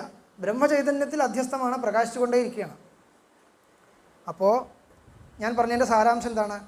ബ്രഹ്മചൈതന്യത്താൽ പ്രകാശിക്കപ്പെട്ടുകൊണ്ട് തന്നെ ഇരിക്കുന്ന ഒരു വിഷയമാണിത്. പക്ഷേ എനിക്ക് കാണാൻ കഴിഞ്ഞിട്ടില്ല. എനിക്ക് കാണാൻ കഴിയണമെങ്കിൽ എന്ത് വേണം? എനിക്ക് വേണ്ടി വിഷയത്തെ പ്രകാശിപ്പിച്ചു തരുന്ന ആത്മചൈതന്യത്തിനാൽ പ്രകാശിക്കപ്പെടണം.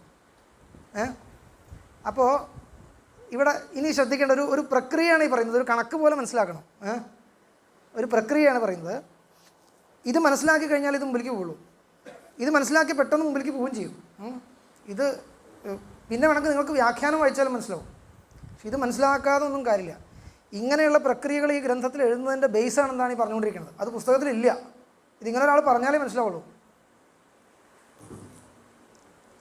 അപ്പോൾ എനിക്ക് ഈ വസ്തുവിനെ കാണണമെങ്കിൽ ന്യായമായിട്ട് എന്ത് വേണം? ആത്മചൈതന്യത്തിനാൽ ഈ വസ്തു പ്രകാശിക്കപ്പെടണം. പക്ഷേ ഈ വസ്തു ഓൾറെഡി ബ്രഹ്മചൈതന്യത്തിനാൽ പ്രകാശിക്കപ്പെട്ടുകൊണ്ട് തന്നെ ഇരിക്കുകയാണ്. അപ്പോൾ നമുക്ക് ചോദിക്കാം, ബ്രഹ്മചൈതന്യം കൊണ്ട് പ്രകാശിക്കപ്പെട്ടുകൊണ്ടിരിക്കുകയാണല്ലോ, പിന്നെന്തിനാ വീണ്ടും ആത്മചൈതന്യത്തിനാൽ വീണ്ടും പ്രകാശിപ്പിക്കണം പറയേണ്ട ആവശ്യം എന്താണ്? എന്ന് ചോദിച്ചു കഴിഞ്ഞാൽ അതിൻ്റെ ഉത്തരമാണ് ഞാൻ പറഞ്ഞത്. ബ്രഹ്മചൈതന്യം കൊണ്ട് പ്രകാശിക്കപ്പെട്ടത് കൊണ്ട് എനിക്ക് ഉപയോഗമില്ല. എനിക്ക് ഉപയോഗം വേണമെങ്കിൽ, ഞാൻ ഇതിനെ അറിയുന്നു എന്നുള്ള തോന്നൽ വേണമെങ്കിൽ ആത്മചൈതന്യം കൊണ്ട് പ്രകാശിക്കപ്പെടണം. അപ്പോൾ ഒരേ സമയം ബ്രഹ്മചൈതന്യം കൊണ്ട് പ്രകാശിക്കപ്പെട്ടുകൊണ്ടിരിക്കുന്ന ഈ വസ്തു ആത്മചൈതന്യം കൊണ്ടും പ്രകാശിക്കപ്പെടണം. ഇതല്ലേ സ്ഥിതി? അപ്പോൾ അതിനുവേണ്ടി എന്ത് വേണം? രണ്ട് തവണ പ്രകാശിപ്പിക്കേണ്ട കാര്യമില്ല. ഈ ബ്രഹ്മചൈതന്യം എന്താണോ അത് തന്നെയാണ് ആത്മചൈതന്യം എന്ന് വന്ന് ചേർന്നാൽ മതി. മനസ്സിലാവുണ്ടോ? ഇതിനെ പ്രകാശിപ്പിച്ചു കൊണ്ടിരിക്കുന്ന ബ്രഹ്മചൈതന്യത്തിനോട് എൻ്റെ ആത്മചൈതന്യം ഐക്യം പ്രാപിക്കുന്നു എന്ന് വയ്ക്കുക. ഈ ബ്രഹ്മചൈതന്യത്തിനോട് ഐക്യം പ്രാപിച്ചു കഴിഞ്ഞാൽ ബ്രഹ്മചൈതന്യേന പ്രകാശ്യമാനം ആത്മചൈതന്യേനാപി പ്രകാശിതം ഭവതി. ഒരാൾ ഓൾറെഡി പോയിക്കൊണ്ടിരിക്കുകയാണ്, നമുക്കും പോകേണ്ട സ്ഥലത്ത് ആ വഴിക്ക് തന്നെയാണ് നിൽക്കുക. ഒരാൾ വണ്ടി എടുത്ത് ആ വണ്ടിയിൽ ഞാനും കയറുന്നാൽ മതിയല്ലോ, ഞാനും വേറെ ഓടേണ്ട ആവശ്യമില്ല. ഒരാൾ പോകുന്നത് മറ്റേ ചന്തയിലേക്കാണ്, കാർ എടുത്തിട്ടാണ് പോണത്, അയാൾ എന്തായാലും പോവുകയാണ്, ഞാനും അതിലേക്ക് തന്നെ കയറുന്നാൽ പോരെ, വേറെ കാർ എടുത്ത് പിന്നാലെ പോകണമെന്നില്ലല്ലോ, അയാൾ സമ്മതിക്കുന്ന പക്ഷം അതിൽ തന്നെ കയറുന്നാൽ പോരെ എന്ന് പറയുന്ന ന്യായേന ബ്രഹ്മചൈതന്യത്തിനാൽ പ്രകാശിക്കപ്പെടുന്ന ഈ വസ്തു ആത്മചൈതന്യത്തിനാൽ പ്രകാശിപ്പിക്കപ്പെടണമെങ്കിൽ, ഇത് മലയാളത്തിൽ പറയാനാണ് കുട്ടികളെ വിഷമം, ഈ പ്രകാശിപ്പിക്കപ്പെടണമെങ്കിൽ എന്ത് ഭാഷയാണ് അതൊക്കെ എനിക്ക് തന്നെ അറിയില്ല. പക്ഷേ ഇത് ട്രാൻസ്ലേറ്റ് ചെയ്ത് മലയാളത്തേക്ക് പരിവർത്തനം ചെയ്യുമ്പോൾ ഇത് ഇങ്ങനെ ഒരു അവസ്ഥയായിത്തീരും. അതുകൊണ്ടാണ് ഞങ്ങൾ ഈ മലയാളം പറയാറേ ഇല്ല. ഘടത്വസ്യ അത്യന്തം സരളമായിട്ടുള്ള പദമാണ്. ഇത് മലയാളത്തിൽ പറയണമെങ്കിൽ ഘടത്വത്തിൻ്റെ എന്ന് പറയണം. ഘടത്വത്തിൻ്റെ എന്ന് പറയണ്ടേ, ഘടത്വസ്യ എന്നുള്ള എളുപ്പം.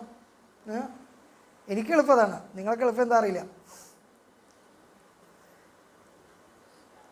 ഹേത്വധികരണ വൃത്തി അത്യന്താഭാവ അപ്രതിയോഗി സാധ്യസാമാനാധികരണ്യം. ഹേത്വധികരണ വൃത്തി അത്യന്താഭാവ പ്രതിയോഗിത അനവച്ഛേദക സാധ്യതാവച്ഛേദക അവച്ഛിന്ന സാധ്യസാമാനാധികരണ്യം. ഇത് ഞങ്ങളുടെ ദൃഷ്ടിയിൽ എളുപ്പമുള്ള ഭാഷയാണ്. നിങ്ങളത് മലയാളത്തിലേക്ക് ട്രാൻസ്ലേറ്റ് ചെയ്ത് കഴിഞ്ഞാൽ ഹേതുവിൻ്റെ അധികരണത്തിലുള്ള അത്യന്താഭാവത്തിൻ്റെ പ്രതിയോഗിതയുടെ അവച്ഛേദകമല്ലാത്ത യാതൊരു സാധ്യതാവച്ഛേദകമുണ്ടോ ആ സാധ്യതാവച്ഛേദകത്താൽ അനവച്ഛിന്നമായിരിക്കുന്ന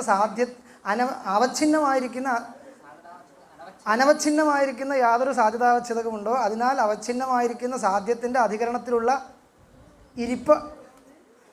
ഇതാണ് അതിൻ്റെ മലയാളം. അപ്പോൾ മലയാളമാണോ എളുപ്പം സംസ്കൃതമാണോ നിങ്ങൾ തന്നെ തീരുമാനിച്ചാൽ മതി, അത്രയൊന്നും വിഷമമില്ല. ശരി, അത് തമാശ പറയേണ്ട ഇടയ്ക്ക് വിഷയം മാറിപ്പോവും. പറഞ്ഞുകൊണ്ടിരുന്ന ഓർക്കുന്നുണ്ടോ? ഇതിനെ പ്രകാശിപ്പിച്ചുകൊണ്ടേയിരിക്കുന്ന ബ്രഹ്മചൈതന്യത്തിനോട് എനിക്ക് താതാത്മ്യപ്പെടാൻ സാധിക്കുമെങ്കിൽ പിന്നെ വേറൊരു പണിയും ഞാൻ ചെയ്യേണ്ടതില്ല. കാരണം ആ ബ്രഹ്മചൈതന്യത്തിനാൽ പ്രകാശിക്കപ്പെട്ടുകൊണ്ടിരിക്കുകയാണത്. ഇപ്പം എനിക്കെന്ത് വേണം? ആ ബ്രഹ്മചൈതന്യത്തോട് താതാത്മ്യപ്പെടുക മാത്രമേ ആവശ്യമുള്ളൂ.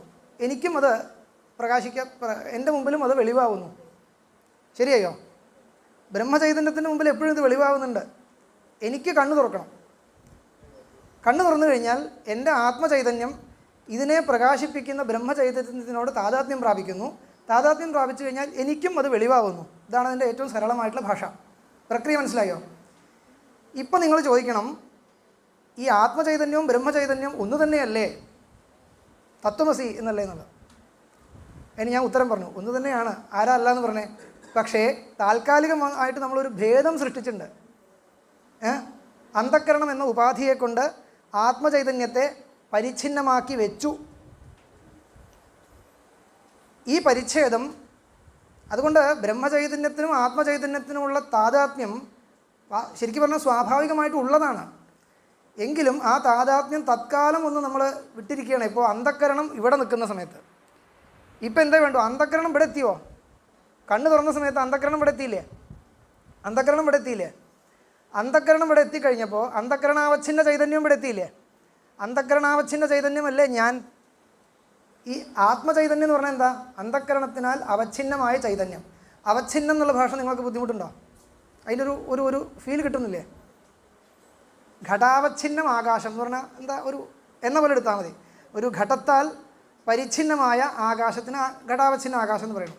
എന്ന പോലെ സർവ്വവ്യാപകമായ ചൈതന്യത്തിന് അന്ധക്കരണം എന്നൊരു പരിച്ഛേദം കൊടുത്തു കഴിഞ്ഞാൽ അത് അന്ധക്കരണാവച്ഛിന്ന ചൈതന്യമായി, അന്ധക്കരണ പരിച്ഛിന്നമായ ചൈതന്യമായി. ഈ അന്ധക്കരണ പരിച്ഛിന്നമായ ചൈതന്യം ഈ ബ്രഹ്മചൈതന്യത്തിൽ നിന്ന് വിട്ടു നിൽക്കുന്ന എപ്പോഴാണ് ചോദിച്ചു കഴിഞ്ഞാൽ അന്ധക്കരണം വേറെ എവിടെയും മാറി ഈ വിഷയദേശത്തിൽ ഇല്ലാത്തപ്പോഴാണ്. വിഷയത്തെ പ്രകാശിപ്പിച്ചുകൊണ്ടിരിക്കുന്ന ബ്രഹ്മചൈതന്യം വിഷയദേശത്തുണ്ട്. വിഷയദേശം എന്ന് പറഞ്ഞാൽ വിഷയം നിൽക്കുന്ന സ്ഥലത്ത് അതിൻ്റെ അധിഷ്ഠാനമായിട്ടുള്ള ബ്രഹ്മചൈതന്യമുണ്ട്. നിങ്ങൾക്ക് കാണുന്നില്ല പറഞ്ഞിട്ട് കാര്യമില്ല. എനിക്ക് കാണുന്നുണ്ട്. തനിക്ക് കാണുന്നുണ്ടോ? ഇവിടെ ബ്രഹ്മചൈതന്യത്തിനെ കാണുന്നുണ്ടോ? കാണുന്നില്ല. ഇവിടെ ആർക്കും കാണുന്നില്ല. കാണുന്നുണ്ട് ഇല്ല? അയ്യോ, ഇവിടെ ബ്രഹ്മചൈതന്യം എനിക്ക് കാണുന്നുണ്ട്. ഇത് പണ്ട് രാമകൃഷ്ണ പരമഹംസർ ഈശ്വരനെ ഞാൻ പ്രത്യക്ഷമായി കാണിച്ചു പറഞ്ഞ പോലെയാണ്. ഇവിടെ ബ്രഹ്മചൈതന്യത്തിനെ കാണാൻ നിങ്ങൾക്ക് തപസ്സൊന്നും ചെയ്യേണ്ട ആവശ്യമില്ല. എന്താ മനസ്സിലാവുണ്ടോ? അത് കാണുന്നത് നിങ്ങൾ ബ്രഹ്മചൈതന്യമാണെന്ന് അറിയുന്നില്ല, അത്രയേ ഉള്ളൂ. ഈ പുസ്തകത്തെ കാണുന്ന സമയത്ത് നിങ്ങൾ പുസ്തകത്വത്തിനെ കാണുന്നുണ്ടോ? എൻ്റെ അഭിപ്രായം എന്താ? പുസ്തകത്തെയും കാണുന്നുണ്ട്, ഞാൻ പുസ്തകത്വത്തെയും കാണുന്നുണ്ട്. നിങ്ങൾ കാണുന്നുണ്ടോ? കാണുന്നില്ല? കാണുന്നുണ്ട്. നിങ്ങൾക്ക് എന്താ കുഴപ്പം ചോദിച്ചു കഴിഞ്ഞാൽ കാണാത്തത് കൊണ്ടല്ല, കണ്ടത് എന്താണെന്ന് മനസ്സിലാവാത്തതുകൊണ്ടാണ്. ഞാൻ പറയട്ടെ, നിങ്ങളിതിൽ പുസ്തകത്വത്തെ കാണുന്നില്ല എന്നുണ്ടെങ്കിൽ നിങ്ങൾക്ക് ഇത് കണ്ടു കഴിഞ്ഞാൽ പുസ്തകം എന്ന് നിങ്ങൾക്ക് പറയാൻ സാധിക്കുമായിരുന്നില്ല. ഇതിൽ ഗോത്വമാണോ ഉള്ളത്, അതോ ഘടത്വമാണോ, അതോ പുസ്തകത്വമാണോ സംശയമുണ്ടോ? ഇതിനെ കണ്ടിട്ട് നിങ്ങളിത് എന്താ ചോദിച്ചു കഴിഞ്ഞാൽ പുസ്തകം ഉടനെ പറയുന്നുണ്ടെങ്കിൽ നിങ്ങൾ പുസ്തകത്തെ മാത്രമല്ല പുസ്തകത്വത്തെയും കാണുന്നുണ്ട്. അംഗീകരിക്കണം. അത്രയേ ഉള്ളൂ. അല്ലാണ്ട് പുസ്തകത്വം എന്ന് പറഞ്ഞാൽ വേറെ സംഭവമൊന്നുമില്ല. അത്രയേ ഉള്ളൂ. കാണുന്നുണ്ടെന്ന് മനസ്സിലാക്കണം. എന്നതുപോലെ ഇവിടെ ബ്രഹ്മചൈതന്യത്തെ കാണുന്നുണ്ടെന്ന് പറഞ്ഞാൽ എന്താ അർത്ഥം? ഈ വസ്തു സത്തായിട്ടാണോ അറിയുന്നത്, അസത്തായിട്ടാണോ നിങ്ങൾ അറിയുന്നത്? സത്ത് എന്നല്ലേ അറിയുന്നത്? ഇതം പുഷ്പം സത്ത് എന്നല്ലേ നിങ്ങൾ അറിയുന്നത്? ഈ സത്ത് എന്ന് പറയുന്ന സാധനം അസ്ഥിഭാതി പ്രിയം രൂപം നാമചേത്യംശപഞ്ചകം ആദ്യത്രയം ബ്രഹ്മരൂപം അല്ലേ?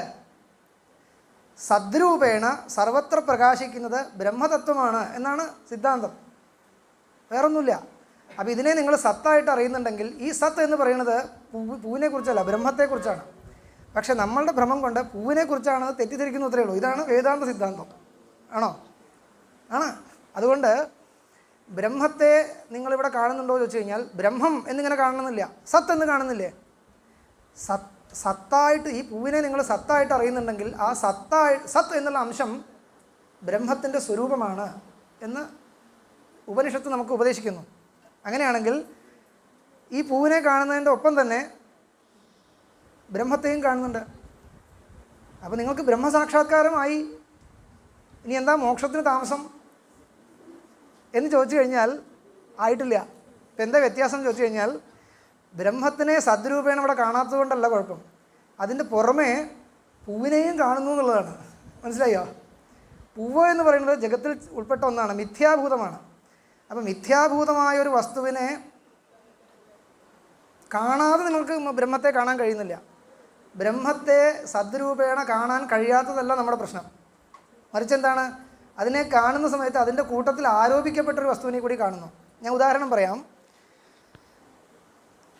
കയറിൽ പാമ്പിനെ കാണുന്ന സമയത്ത് നിങ്ങൾ കയറിനെ കാണുന്നുണ്ടോ ചോദിച്ചാൽ എന്താ മറുപടി പറയാം?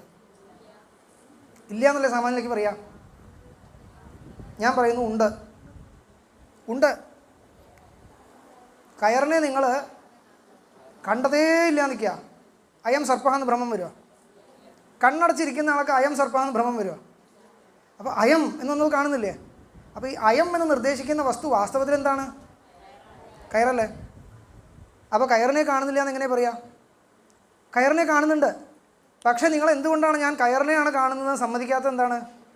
ആരോപിക്കപ്പെട്ട സർപ്പത്തോടു കൂടിയാണ് കാണുന്നത്. അതുകൊണ്ട് സർപ്പമാണ് അതെന്ന് ചിന്തിക്കുന്നു, അത്രേ ഉള്ളൂ. കയറിനെ കാണാത്തതുകൊണ്ടല്ല പ്രശ്നം. അപ്പോൾ ഇവിടെ സത്ത് എന്ന് നിങ്ങൾ അറിയുന്നത് വാസ്തവത്തിൽ ബ്രഹ്മത്തിനെ ആണെങ്കിലും ബ്രഹ്മത്തിനെ ഞാൻ സാക്ഷാത്കരിക്കുന്നു എന്ന അനുഭവം നമുക്കില്ലാത്തത് എന്താ കാരണം? പൂവ് അവിടെ കാണുന്നത് കൊണ്ടാണ്. അതിൽ ആരോപിക്കപ്പെട്ട പൂവിനോട് കൂടിയാണത് കാണുന്നത്. അതുകൊണ്ടാണ്. എപ്രകാരമാണോ ആരോപിക്കപ്പെട്ട സർപ്പത്തോടു കൂടി കയറിനെ കാണുന്നത്, ആ സമയത്ത് കയറ് എന്നുള്ള ജ്ഞാനം ഉണ്ടാകുന്നില്ല, സർപ്പഹ എന്നാണ് ജ്ഞാനം ഉണ്ടാകുന്നത്. എന്ന് വെച്ച് വാസ്തവത്തിൽ ആലോചിച്ച് കഴിഞ്ഞാൽ നിങ്ങൾ കയറിനെ കാണുന്നുണ്ട്. ഇതം എന്നുള്ള നിലയ്ക്ക് അയം എന്ന് നിർദ്ദേശിക്കുന്നത് കയറിനെയാണ് എന്ന് പറയുന്നത് പോലെ എവിടെ എത്തി? അപ്പോൾ ബ്രഹ്മം ഇവിടെ ഉണ്ട്. അത് സ്വപ്രകാശമാണ്. അത് വിഷയത്തെ പ്രകാശിപ്പിക്കുന്നുണ്ട്, ഇല്ലേ? ആ, അപ്പോൾ എനിക്കെന്ത് പറ്റി? അന്ധക്കരണത്താൽ പരിച്ഛിന്നമായിട്ട് ഇവിടെയാണ് ഞാൻ നിൽക്കുന്നത്. ഇപ്പോൾ എനിക്ക് ഈ വിഷയവുമായിട്ട്, ഈ വിഷയത്തെ, എൻ്റെ ആത്മചൈതന്യം ഈ വിഷയത്തെ എനിക്ക് വേണ്ടി പ്രകാശിപ്പിച്ച് തരണമെങ്കിൽ ഞാൻ എന്തേ ചെയ്യേണ്ടതുള്ളൂ? ഇതിനെ ഓൾറെഡി പ്രകാശിപ്പിച്ചുകൊണ്ടേ ഇരിക്കുന്ന ആ ബ്രഹ്മവുമായിട്ട് താതാത്മ്യം പ്രാപിക്കേണ്ട കാര്യമുള്ളൂ. അതിന് ഇനിയിപ്പോൾ എന്താ വേണ്ടത്? അതിനൊന്നും വേണ്ട, കണ്ണ് തുറന്നാൽ മതി. കണ്ണ് തുറന്നാൽ താതാത്മ്യം ഉണ്ടാവുമോ? ഉണ്ടാവും. എങ്ങനെയാണ്? കണ്ണ് തുറന്ന ഉടനെ അന്ധക്കരണം ഇവിടെ എത്തി. അന്ധക്കരണം ഇവിടെ എത്തിക്കഴിഞ്ഞാൽ ആത്മചൈതന്യം ഇവിടെ എത്തി. ആത്മചൈതന്യം ഇവിടെ എത്തിക്കഴിഞ്ഞാൽ ബ്രഹ്മചൈതന്യം അവിടെ തന്നെ ഉണ്ട്. താതാത്മ്യം പ്രാപിച്ചോളും. താതാത്മ്യം പ്രാപിച്ചു കഴിഞ്ഞാൽ അത് പ്രകാശിച്ചോളും. ശരിയായോ? ബുദ്ധിമുട്ടൊന്നുമില്ലല്ലോ. ആ, ഇതാണ് ഇപ്പോൾ പ്രക്രിയ. ഇതിനാണ് അഭേദാഭിവ്യക്ത്യർത്ഥ വൃത്തി. ഇതൊക്കെ ഇനിയിപ്പോൾ നമ്മൾ ഒരു തമാശ പറയുന്ന പോലെ പറഞ്ഞതേ ഉള്ളൂ.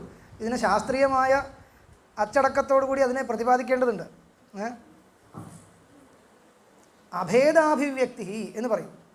അഭേദേന അഭിവ്യക്തി വേണം. ഈ വൃത്തിയുടെ ആവശ്യം എന്താണ്? അന്ധക്കരണം ഇവിടെ എത്തുന്നു എന്ന് പറഞ്ഞില്ലേ? അന്ധക്കരണം ഇവിടെ എത്തേണ്ട ആവശ്യം എന്താ?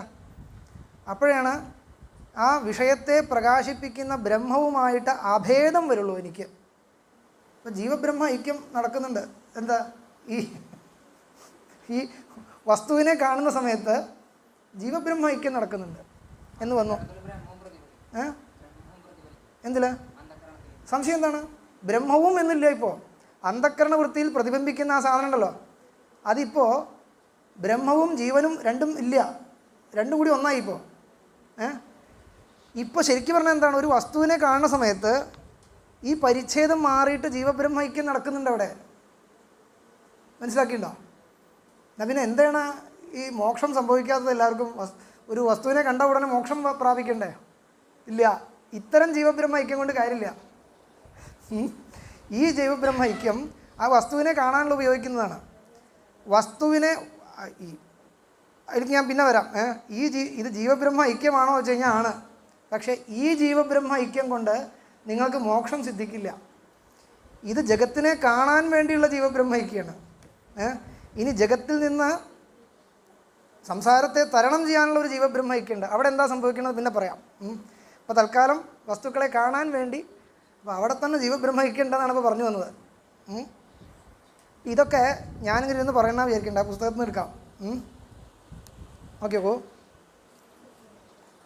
ഇനി നമുക്ക് കുറച്ച് വായിക്കാം. ഈ പറയുന്നതൊക്കെ ഞാൻ പറയുന്നതാണോ അതോ പുസ്തകത്തിലുണ്ടോ എന്ന് നിങ്ങൾക്ക് ഉറപ്പ് വരുത്തണല്ലോ. സിദ്ധാന്തേ പ്രത്യക്ഷത്വ പ്രയോജകം കിമിതി ചേത്. നിങ്ങൾക്ക് എപ്പോഴാണ് നിർത്തേണ്ടത്? നിങ്ങൾ പറയൂ. സാറുമാരുടെ മുഖത്തേക്ക് നോക്കണ്ട, നിങ്ങളാണ് തീരുമാനിക്കേണ്ടത് എപ്പോഴാണ് നിർത്തേണ്ടതെന്ന്. ഒരു 15 മിനിറ്റ് സഹിക്കാൻ പറ്റുമോ? ആ, ശരി. സിദ്ധാന്തേ പ്രത്യക്ഷത്വ പ്രയോജകം കിമിതി ചേത് കിം ജ്ഞാനഗതസ്യ പ്രത്യക്ഷത്വസ്യ പ്രയോജകം പൃച്ഛസി കിം വാ വിഷയഗതസ്യ. ഈ ചോദ്യത്തിൻ്റെ അർത്ഥം ഞാൻ വിശദമായിട്ട് പറഞ്ഞു. ആദ്യേ, അതായത് പ്രത്യക്ഷജ്ഞാനത്തിൻ്റെ ലക്ഷണമാണ് നിങ്ങൾ ചോദിക്കുന്നതെങ്കിൽ പ്രമാണ ചൈതന്യസ്യ വിഷയാവച്ഛിന്ന ചൈതന്യാഭേദ ഇതി ബ്രൂമഃ. ഒരു അഭേദം എന്നൊരു ശബ്ദം കിട്ടിയോ? അഭേദം ഒരു ശബ്ദം കിട്ടിയില്ലേ? അതാണിപ്പോൾ ഞാൻ ഇവിടെ പറഞ്ഞുകൊണ്ടിരുന്നത്. പക്ഷേ നിങ്ങൾക്ക് പരിചയമില്ലാത്ത ഒന്ന് രണ്ട് ശബ്ദങ്ങൾ വന്നു. പ്രമാണ ചൈതന്യസ്യ വിഷയാവച്ഛിന്ന ചൈതന്യാഭേദ.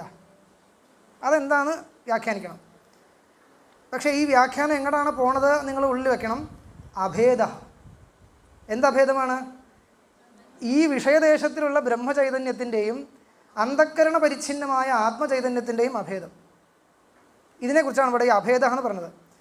അതിനെ ആചാര്യൻ പറഞ്ഞ ഭാഷ എന്താണ്? പ്രമാണ ചൈതന്യസ്യ വിഷയാവച്ഛിന്ന ചൈതന്യാഭേദ എന്നാണ് ശബ്ദം പ്രയോഗിച്ചത്. ഇപ്പോൾ നിങ്ങൾക്ക് സ്വാഭാവികമായിട്ടും നിങ്ങളുടെ ബുദ്ധി കൊണ്ട് ഊഹിക്കാം പ്രമാണ ചൈതന്യസ്യ വിഷയാവച്ഛിന്ന ചൈതന്യ അഭേദ. രണ്ട് വാക്കാണ് വന്നത്. വിഷയാവച്ഛിന്ന ചൈതന്യം, പ്രമാണ ചൈതന്യം. വിഷയാവച്ഛിന്ന ചൈതന്യം, പ്രമാണ ചൈതന്യം. എന്താവും? വിഷയാവച്ഛിന്ന ചൈതന്യം എന്ന് പറഞ്ഞു കഴിഞ്ഞാൽ വിഷയം നിൽക്കുന്ന സ്ഥലത്ത് മുമ്പ് തന്നെ ഉള്ള ബ്രഹ്മചൈതന്യം. അതിനെയാണ് വിഷയാവച്ഛിന്ന ചൈതന്യം എന്ന് വെച്ചിരിക്കുന്നത്. പ്രമാണ ചൈതന്യം എന്ന് പറഞ്ഞാൽ എന്തായിരിക്കും? അന്ധക്കരണ വൃത്തിയിൽ പ്രതിഫലിച്ച ചൈതന്യം. അന്ധക്കരണ വൃത്തിയിൽ പ്രതിഫലിച്ച ചൈതന്യത്തിനെയാണ് പ്രമാണ ചൈതന്യം എന്ന് പറഞ്ഞിരിക്കുന്നത്. വിഷയാകാരേണ പരിണമിച്ച അന്ധക്കരണ വൃത്തിയിൽ പ്രതിഫലിച്ച ചൈതന്യത്തിനെയാണ് പ്രമാണ ചൈതന്യം എന്ന് പറഞ്ഞത്. നിങ്ങൾക്ക് ഈ നോട്ട് എഴുതി ശീലമുള്ളത് കൊണ്ടാണ്. അല്ലെങ്കിൽ ചിലതൊക്കെ എഴുതി വെക്കാൻ കുഴപ്പമില്ല. ശരിക്കും പറഞ്ഞാൽ നിങ്ങൾ ചെയ്യേണ്ടത് ഈ റെക്കോർഡ് കേട്ട് എഴുതി വെക്കണം നിങ്ങൾക്ക് ആവശ്യമുള്ള കാര്യങ്ങൾ. എന്നിട്ട് അതിനെ ഒന്ന് സ്വയം ഇരുന്ന് അതിനെ ഒന്ന് മനനം ചെയ്യണം, ഈ പറഞ്ഞതൊക്കെ ശരിയായിട്ട് വരുന്നുണ്ടോ എന്നുള്ളത്. അപ്പോഴാണത് തെളിഞ്ഞു വരുള്ളൂ.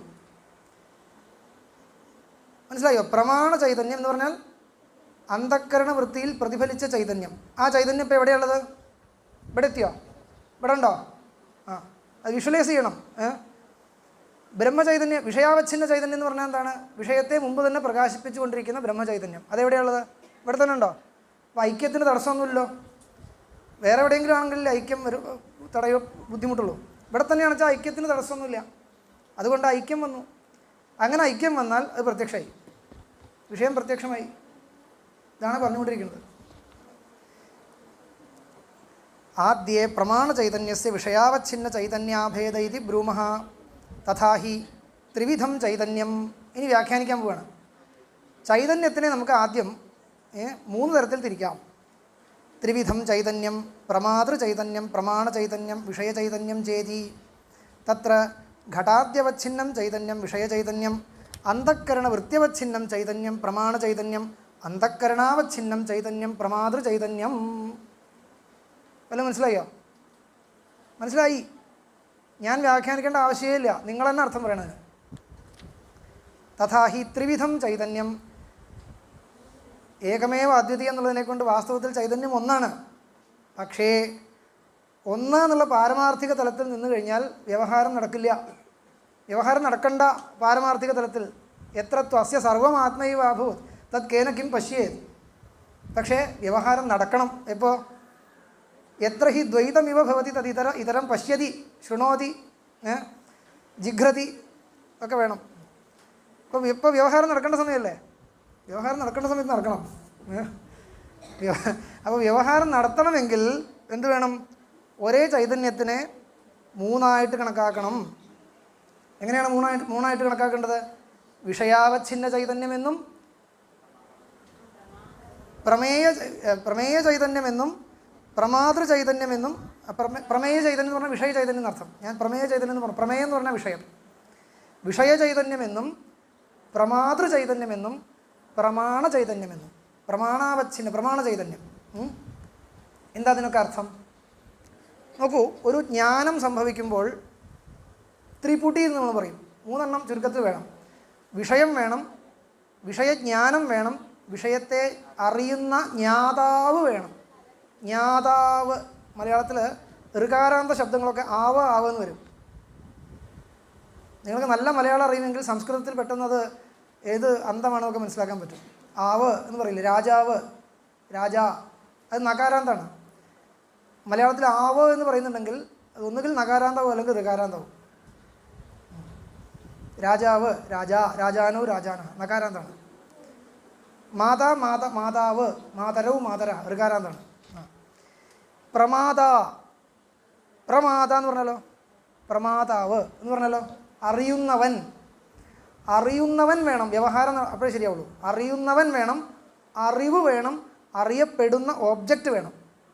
3ആയോ? അറിയപ്പെടുന്ന വിഷയം, അറിവ്, അറിയുന്നവൻ. ഈ 3 എണ്ണത്തിനെ ആദ്യം കാറ്റഗറി തിരിക്കണം.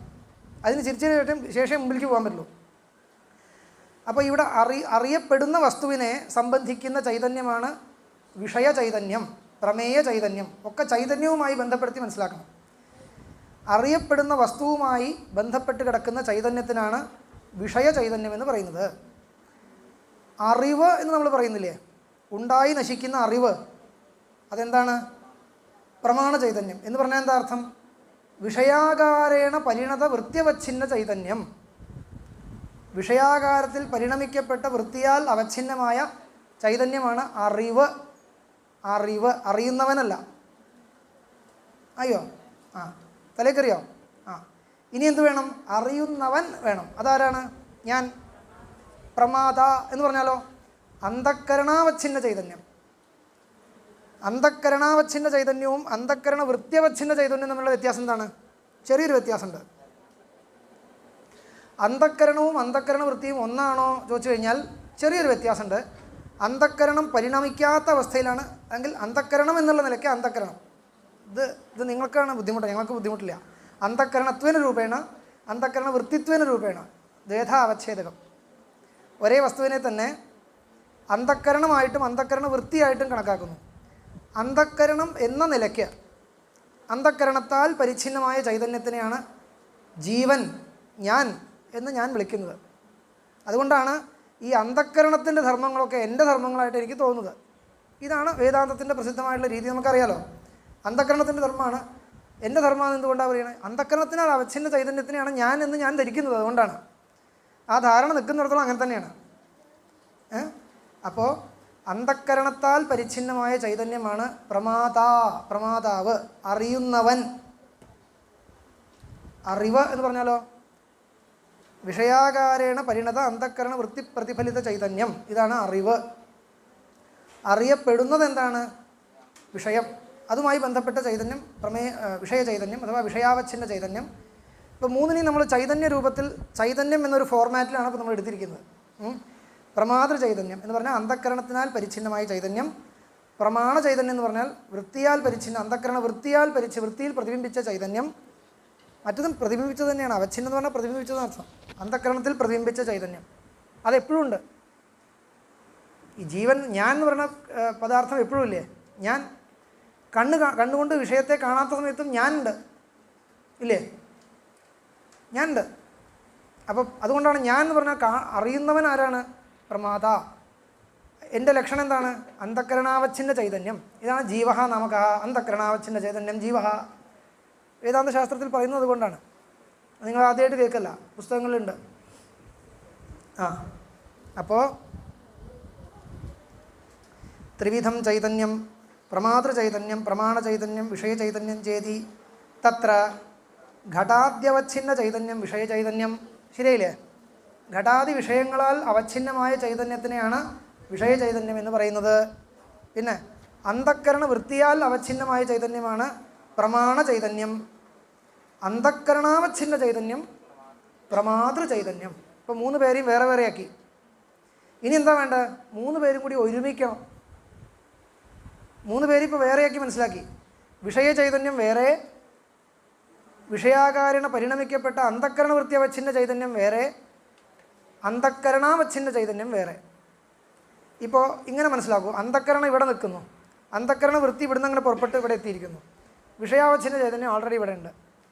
ഇപ്പോൾ വിഷയത്തെ കാണുന്ന സമയത്ത് എന്താ ഉണ്ടാകുന്നത്? 3 പേരും കൂടി ഒരുമിക്കുകയാണ് ചെയ്യുന്നത്. 3 പേരും കൂടി ഒരുമിക്കുകയാണോ? അല്ലയോ? ഒരുമിക്കുകയാണ്. എങ്ങനെയാണ് ഉണ്ടായി ഒരുമിച്ചത്? അന്ധക്കരണം ഇവിടെ എത്തി. അന്ധക്കരണം ഇവിടെ എത്തി എന്ന് പറഞ്ഞാൽ എന്താ അർത്ഥം? അന്ധക്കരണ വൃത്തി വിഷയദേശത്തിലെത്തി.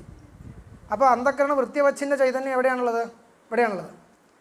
അപ്പോൾ അന്ധക്കരണ വൃത്തിയവച്ഛിന്ന ചൈതന്യം ഇവിടെ ഉണ്ടെങ്കിൽ അന്ധക്കരണവും അവിടെ ഉണ്ട്. അന്ധക്കരണ വൃത്തിയവച്ഛിന്ന ചൈതന്യം ഇവിടെ ഉണ്ടെങ്കിൽ അന്ധക്കരണ വൃത്തി ഇവിടെ ഉണ്ട്. അന്ധക്കരണ വൃത്തി ഇവിടെ ഉണ്ടെങ്കിൽ അന്ധക്കരണം അവിടെ ഉണ്ട്. അപ്പോൾ അന്ധക്കരണം ഇവിടെ ഇല്ലേ? വിഷയം കാണുന്ന സമയത്ത് മനസ്സ് ഇവിടുന്ന് അങ്ങോട്ട് ചാടിപ്പോയോ? പക്ഷെ അങ്ങനെയല്ല ഇപ്പോൾ പറഞ്ഞ നേരത്തെ. മനസ്സ് ശരീരത്തിൻ്റെ അകത്തുനിന്ന് അങ്ങോട്ട് ചാടിയിട്ട് ഇവിടേക്ക് എത്തിയോ? അങ്ങനെ വിചാരിക്കേണ്ട. നീ ചാടിയിട്ട് നിങ്ങളവിടെ എത്തിയെന്ന് വിചാരിച്ചാലും വിരോധമില്ല. ഇവിടുന്ന് പോയിട്ടില്ല, ഇവിടെയുണ്ട്. അതിനാണ് ഞാൻ ഒരു ഇലാസ്റ്റിക് പോലെ അതിനെ സങ്കല്പിച്ചോളൂ എന്ന് പറഞ്ഞത്. ഇവിടുന്ന് ഇങ്ങോട്ട് വലിച്ചിങ്ങോട്ട് വെച്ച പോലെയാണ്. ഇവിടെയുണ്ട്. ഇല്ലെങ്കിൽ ഇവിടെ ഫീലിംഗ് കിട്ടണ്ടേ? ഇവിടെ ഫീലിംഗ് കിട്ടണോ വേണോ? അതുകൊണ്ട് ആൾ ഇവിടെ ഉണ്ട്. അതുകൊണ്ട് ഞാൻ ഇവിടെ എത്തിയെന്ന് ധരിക്കരുത്. ഇവിടെയും ഉണ്ട്. ഇവിടെ നിന്നുകൊണ്ട് തന്നെ ഇവിടെ എത്തിയിരിക്കുകയാണ്. ശ്രദ്ധിക്കണം. ഇവിടുന്ന് പോയിട്ടില്ല. ഞാൻ തമാശയായിട്ട് പറയുന്നുള്ളൂ. വാസ്തവത്തിൽ എന്തേ ഉള്ളൂ? അന്ധക്കരണം ഇവിടെ ഉണ്ട്. അന്ധക്കരണത്തിൻ്റെ വൃത്തി ഇവിടെ എത്തിയെന്ന് പറഞ്ഞു കഴിഞ്ഞാൽ ആ വൃത്തി എത്തിയത് കൊണ്ട് അന്ധക്കരണത്തിൻ്റെ ഒരു ഭാഗം ഇവിടെ എത്തിയെന്നേ ഉള്ളൂ. ഇവിടുന്ന് പോയിട്ടില്ല. അന്ധക്കരണം മനസ്സിലായിക്കോളൂ, ശരീരത്തെ വിട്ട് പോയി കഴിഞ്ഞാൽ മൊത്തത്തിൽ അന്ധക്കരണം എന്ന് പറയുന്ന സാധനം ശരീരത്തെ വിട്ട് എപ്പോൾ പോകുന്നുവോ ആ അവസ്ഥയ്ക്കാണ് മരണം എന്ന് പറയുന്നത്. മരിച്ചു എന്ന് പറഞ്ഞു കഴിഞ്ഞാൽ അന്ധക്കരണം ശരീരത്തിൽ നിന്ന് പോയി എന്നർത്ഥം. ആത്മാവ് എവിടുന്നാണ് പോണത്? ആത്മാവിലും പോലും വരലൊന്നുമില്ല. അന്ധക്കരണം പോയാൽ പോകുന്നതിനാണ് മരിക്കുക എന്ന് പറയാം. അപ്പോൾ വിഷയം കാണുന്ന സമയത്ത് അന്ധക്കരണം പോയി എന്ന് പറഞ്ഞാൽ എന്താ അർത്ഥം? വിട്ടുപോയി എന്നർത്ഥമല്ല, വിടാതെ പോയി എന്നർത്ഥമാണ്. ഇവിടെ നിന്നുള്ള കണക്ഷൻ വിടാതെ ഇവിടെ എത്തിയിരിക്കുകയാണ് ആൾ. ശരിയോ? അപ്പോൾ അന്ധക്കരണ വൃത്തി ഇവിടെ ഉണ്ട്. അതുകൊണ്ട് വൃത്തിവച്ഛിന്ന ചൈതന്യം ഇവിടെ ഉണ്ട്. ആ വൃത്തിയുടെ വൃത്തിക്ക് കാരണമായിരിക്കുന്ന അന്ധക്കരണം ഇവിടെ ഉണ്ടോ എന്ന് ചോദിച്ചാൽ ഇവിടെ ഉണ്ട്, എന്ന് വെച്ചാൽ ഇവിടെ ഇല്ലാതിരിക്കരുത്. ഇവിടെയും ഉണ്ട്, ഇവിടെയുണ്ട്, ഇവിടെയുണ്ടല്ലോ. ശരി, അപ്പോൾ അന്ധക്കരണാവച്ഛിന്ന ചൈതന്യം ഇവിടെ ഉണ്ട്, അന്ധക്കരണ വൃത്തിവച്ഛിന്ന ചൈതന്യവും ഇവിടെ ഉണ്ട്, വിഷയാവച്ഛിന്ന ചൈതന്യവും ഇവിടെ ഉണ്ട്. അപ്പോൾ 3 ചൈതന്യങ്ങളും തമ്മിൽ ഒരുമിക്കുന്ന അവസ്ഥ സംഭവിക്കുന്നുണ്ടോ? ത്രയാണാം ഏകലോലീഭാവ, അദ്വൈതസിദ്ധിയിലുള്ളൊരു പങ്ക്തിയാണ്. ത്രയാണാം ചൈതന്യാനാം ഏകലോലീഭാവ പ്രത്യക്ഷം. ഏകലോലീഭാവ ഒരു വാക്ക് പ്രയോഗിച്ചിരിക്കുകയാണ്, ഐക്യം എന്നർത്ഥമേ ഉള്ളൂ. ഏകലോലീഭാവ. ഇനി ഇതിന് ഉദാഹരണം ഒക്കെ പറയുകയാണ്. ഇതൊക്കെ നിങ്ങൾക്ക് അറിയുന്ന കാര്യമാണ്, വേഗം വായിച്ചു പോവാം. ഞാൻ ഇന്നലെ പറഞ്ഞ കാര്യങ്ങളാണ്. തത്ര യഥാ തടാഗോദകം ഛിദ്രാൻ നിർഗത്യ കുല്യാത്മന കേദാരാൻ പ്രവിശ്യ തദ്വദേവ ചതുഷ്കോണാദ്യാകാരം ഭവതി. അർത്ഥം മനസ്സിലായോ? തദ് യഥാ തടാഗോദകം കുല്യാദ്വാര തോടുകളിലൂടെ കേദാരാൻ പ്രവിശ്യ വയലിൽ എത്തിച്ചേർന്നിട്ട് ചതുഷ്കോണാദ്യാകാരം ഭവതി, 4 ചതുരത്തിലായിത്തീരുന്നു വെള്ളം. ചതുഷ്കോണാദ്യാകാരം ഭവതി. തഥാ തൈജസം അന്ധക്കരണമപി, തൈജസമായ അന്ധക്കരണം, അത് തൈജസം എന്നൊരു വിശേഷണം എന്തിനാണെന്ന് പിന്നെ പറയാം. തൈജസം അന്ധക്കരണമപി ചക്ഷുരാദിദ്വാര നിർഗത്യ. അർത്ഥം മനസ്സിലായോ? നിങ്ങൾ മനസ്സിലാക്കണം, ഞാൻ പറഞ്ഞത് വിശ്വസിക്കുകയല്ല. ആ വരിയിൽ നിന്ന് അർത്ഥം കിട്ടുന്നുണ്ടോ നോക്കൂ. തൈജസം അന്ധക്കരണമപി ചക്ഷുരാദിദ്വാര നിർഗത്യ. നിർഗത്യ എന്ന് പറഞ്ഞാൽ വെളിയിൽ പോയിട്ട് ഘടാതി വിഷയദേശം ഗത്വ. മനസ്സിലായില്ലേ? ഘടാതി വിഷയദേശത്തിലേക്ക് പോയിട്ട് ഘടാതി വിഷയാകാരേണ പരിണമതേ. മനസ്സിലായില്ലേ? സ ഏവ പരിണാമ വൃത്തിരിത്യുച്യതേ. ആ പരിണാമത്തിനാണ് വൃത്തി എന്ന് പറയുന്നത്.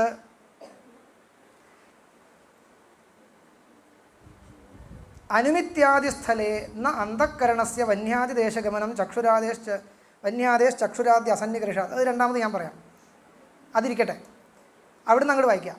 തഥാച അയം ഘടഃ ഇത്യാദി പ്രത്യക്ഷസ്ഥലേ. അയം ഘടഃ എന്ന പ്രത്യക്ഷം നടക്കുന്ന സന്ദർഭത്തിൽ എന്താ സംഭവിക്കുന്നത്? ഘടാദേഹ തത്തദാകാരവൃത്തേശ്ച ബഹിരേകത്ര ദേശേ സമവധാനാത് തദുഭയാവച്ഛിന്ന ചൈതന്യം ഏകമേവ. അർത്ഥം മനസ്സിലാവുണ്ടോ? എന്താ മനസ്സിലായി? അയം ഘടഃ ഇത് പ്രത്യക്ഷസ്ഥലേ, ഒരു ഘടത്തെ കാണുന്ന സമയത്ത് ഘടാദേഹ് ഘടം മുതലായ വിഷയങ്ങൾക്ക് തത്തത് ആകാരവൃത്തേശ്ച അതിൻ്റെയൊക്കെ ആകാരത്തിലുള്ള തദാകാരവൃത്തി. ഇത് രണ്ടും എവിടെയുള്ളത്? ഒരേ സ്ഥലത്തല്ലേ ഉള്ളത്. ബഹിരേകത്ര സമവധാനാത്, ആ വിഷയമുള്ളിടത്ത് സമവധാനം എന്ന് പറഞ്ഞാൽ എന്താ? ഒരുമിക്കുന്നത് കൊണ്ട് അന്ധക്കരണ വൃത്തിയും വിഷയവും ഒക്കെ ഒരു സ്ഥലത്താണ് ഇപ്പോൾ ഉള്ളത്. രണ്ടുപേരും ഒരുമിച്ചില്ലേ? അന്ധക്കരണ വൃത്തി വിഷയദേശത്തില്ലേ? ആണ് പറഞ്ഞത്. അയം ഘടഃ ഇത്യാദി പ്രത്യക്ഷസ്ഥലേ ഘടാദേഹേ തത്തത് ആകാരവൃത്തേശ്ച ബഹിഹി പുറത്ത്, ബഹി എന്ന് പറഞ്ഞാൽ വിഷയദേശത്ത്, ഏകത്ര ദേശേ ഒരേ സ്ഥലത്ത്, ഏകത്ര ദേശേ ഒരേ സ്ഥലത്ത് വിഷയദേശത്ത്, സമവധാന ഒരുമിക്കുന്നത് കൊണ്ട് തദുഭയാവച്ഛിന്നം ചൈതന്യം ഏകമേവ. തദുഭയാവച്ഛിന്നം ചൈതന്യം, ഉഭയാവച്ഛിന്ന ചൈതന്യം എന്ന് പറഞ്ഞാൽ അർത്ഥം വിഷയത്താലും വൃത്തിയാലും അവച്ഛിന്നമായ ചൈതന്യം ഒന്നാണിപ്പോൾ. കാരണം എന്താ? വൃത്തി വിഷയദേശത്തുണ്ട്. മനസ്സിലായില്ലേ? അപ്പോൾ ഉഭയാവച്ഛിന്നം, വിഷയത്താൽ അവച്ഛിന്നമായ ചൈതന്യവും വൃത്തിയാൽ അവച്ഛിന്നമായ ചൈതന്യവും ഇപ്പോൾ വേറെ വേറെയല്ല. ചൈതന്യം രണ്ടും ഒന്നായി മാറി. അങ്ങനെ ഒന്നായി മാറിക്കഴിഞ്ഞാൽ വിഷയാവച്ഛിന്ന ചൈതന്യത്തിനാൽ പ്രകാശിക്കപ്പെടുന്ന വിഷയം വൃത്യവച്ഛിന്ന ചൈതന്യത്തിനാലും പ്രകാശിക്കപ്പെടുന്നു. വൃത്യവച്ഛിന്ന ചൈതന്യത്തിനാൽ പ്രകാശിക്കപ്പെടുമ്പോൾ അന്ധക്കരണാവച്ഛിന്ന ചൈതന്യത്തിന് വെളിപാടുണ്ടാവുന്നു, ഞാൻ ഈ വിഷയത്തെ കാണുന്നു എന്ന്. ശരിയോ? വൃത്യവച്ഛിന്ന ചൈതന്യം എന്ന് പറഞ്ഞാൽ ജ്ഞാനം. ജ്ഞാനത്തിനാൽ പ്രകാശിക്കപ്പെടുമ്പോൾ ജ്ഞാതാവിന് തോന്നലുണ്ടാവുന്നു, ഞാൻ ഇതിനെ കാണുന്നു എന്ന്. ജ്ഞാതാവ് ആരാണ്? ജ്ഞാതാവ് ആരാണ്? അന്ധക്കരണാവച്ഛിന്ന ചൈതന്യം. അതും അവിടെ തന്നെ ഉണ്ട്, ആയിക്കോട്ടെ.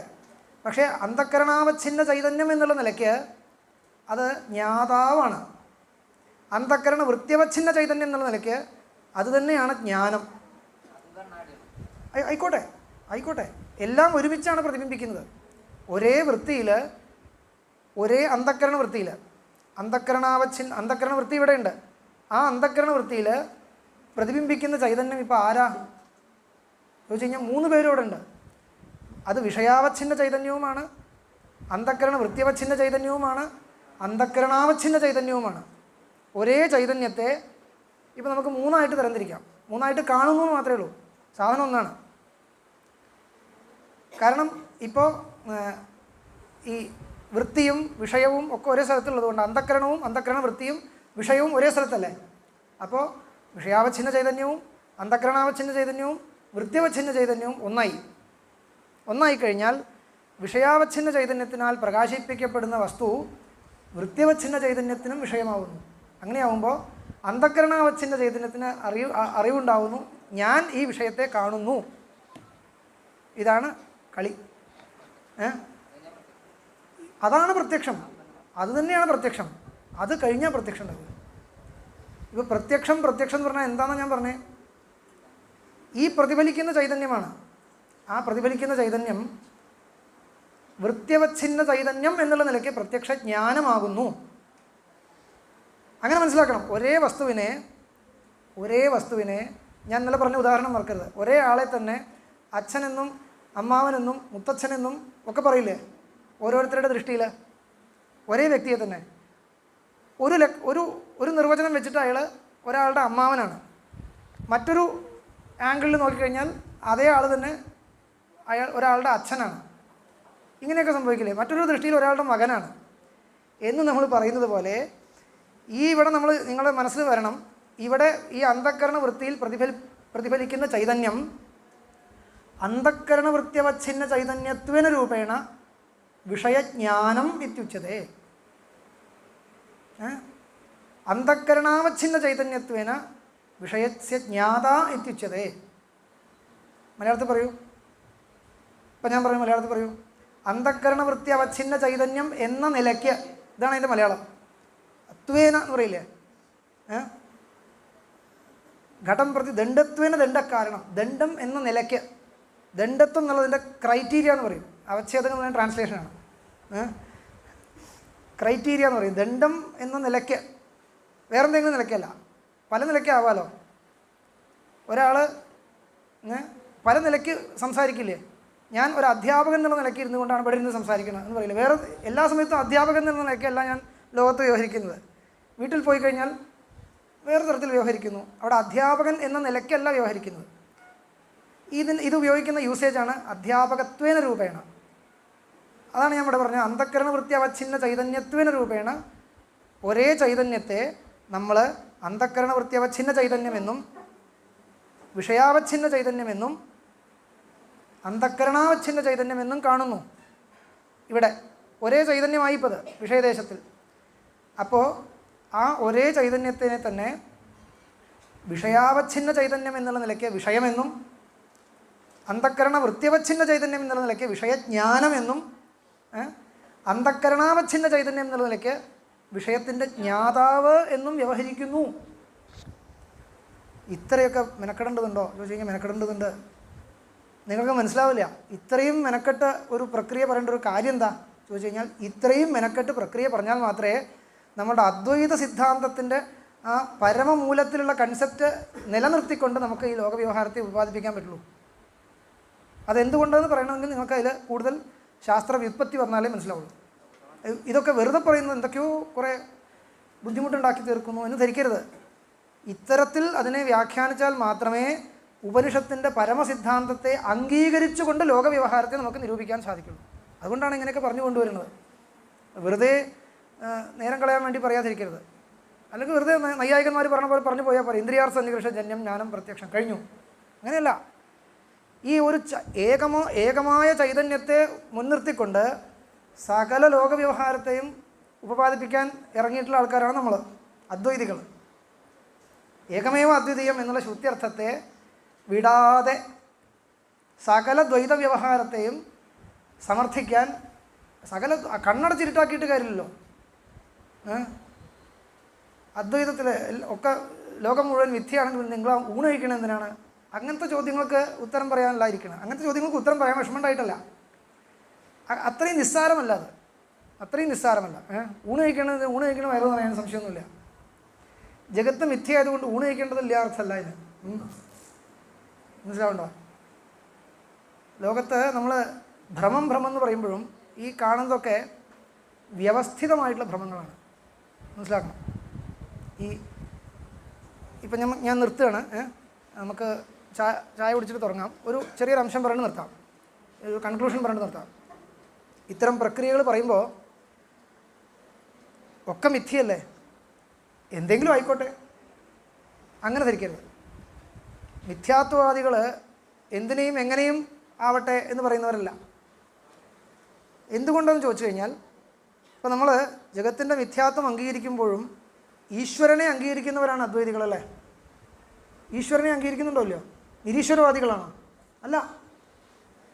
അപ്പോൾ ചിലർ ചോദിച്ചേക്കാം, ജഗത്തൊക്കെ മിഥ്യയാണ്, ഈശ്വരൻ്റെ ആവശ്യം എന്താ? ഈശ്വരനെ അംഗീകരിക്കേണ്ടത് എന്തുകൊണ്ടാണ് ചോദിച്ചു കഴിഞ്ഞാൽ, ഇവിടെ ഒരു വ്യവസ്ഥയുള്ളത് കൊണ്ടാണ്.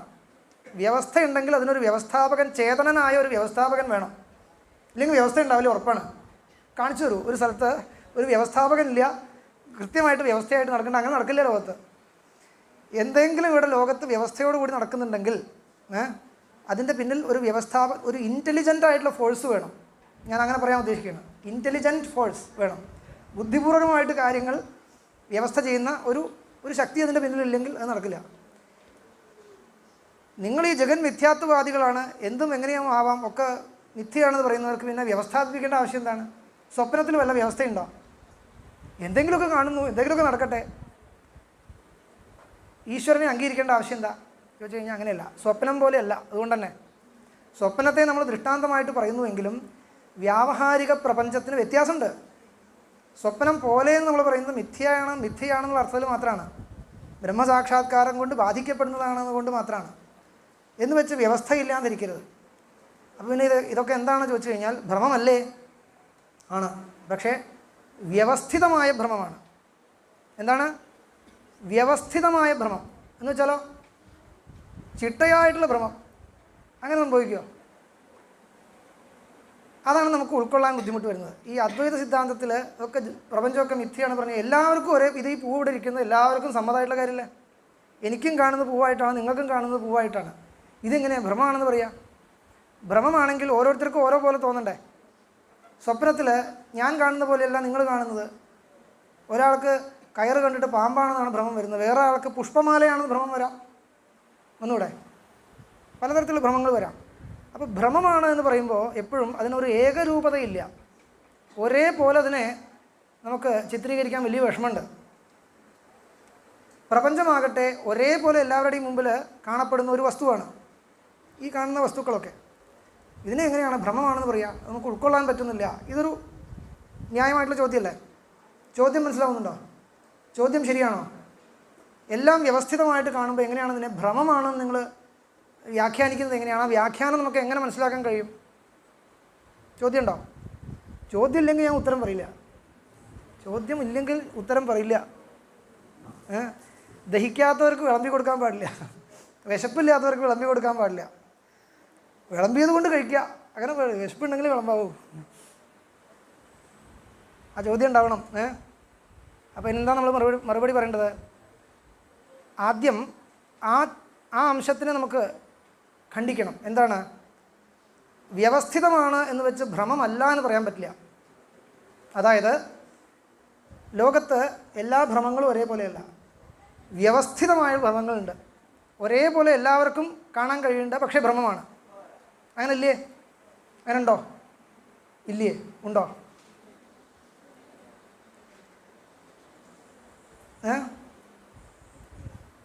പുഴയുടെ തീരത്ത് പുഴയിലേക്ക് നോക്കിക്കഴിഞ്ഞാൽ സൈഡിലുള്ള വൃക്ഷങ്ങളൊക്കെ അധോമുഖമായിട്ട് താഴത്ത് കാണുന്നില്ലേ?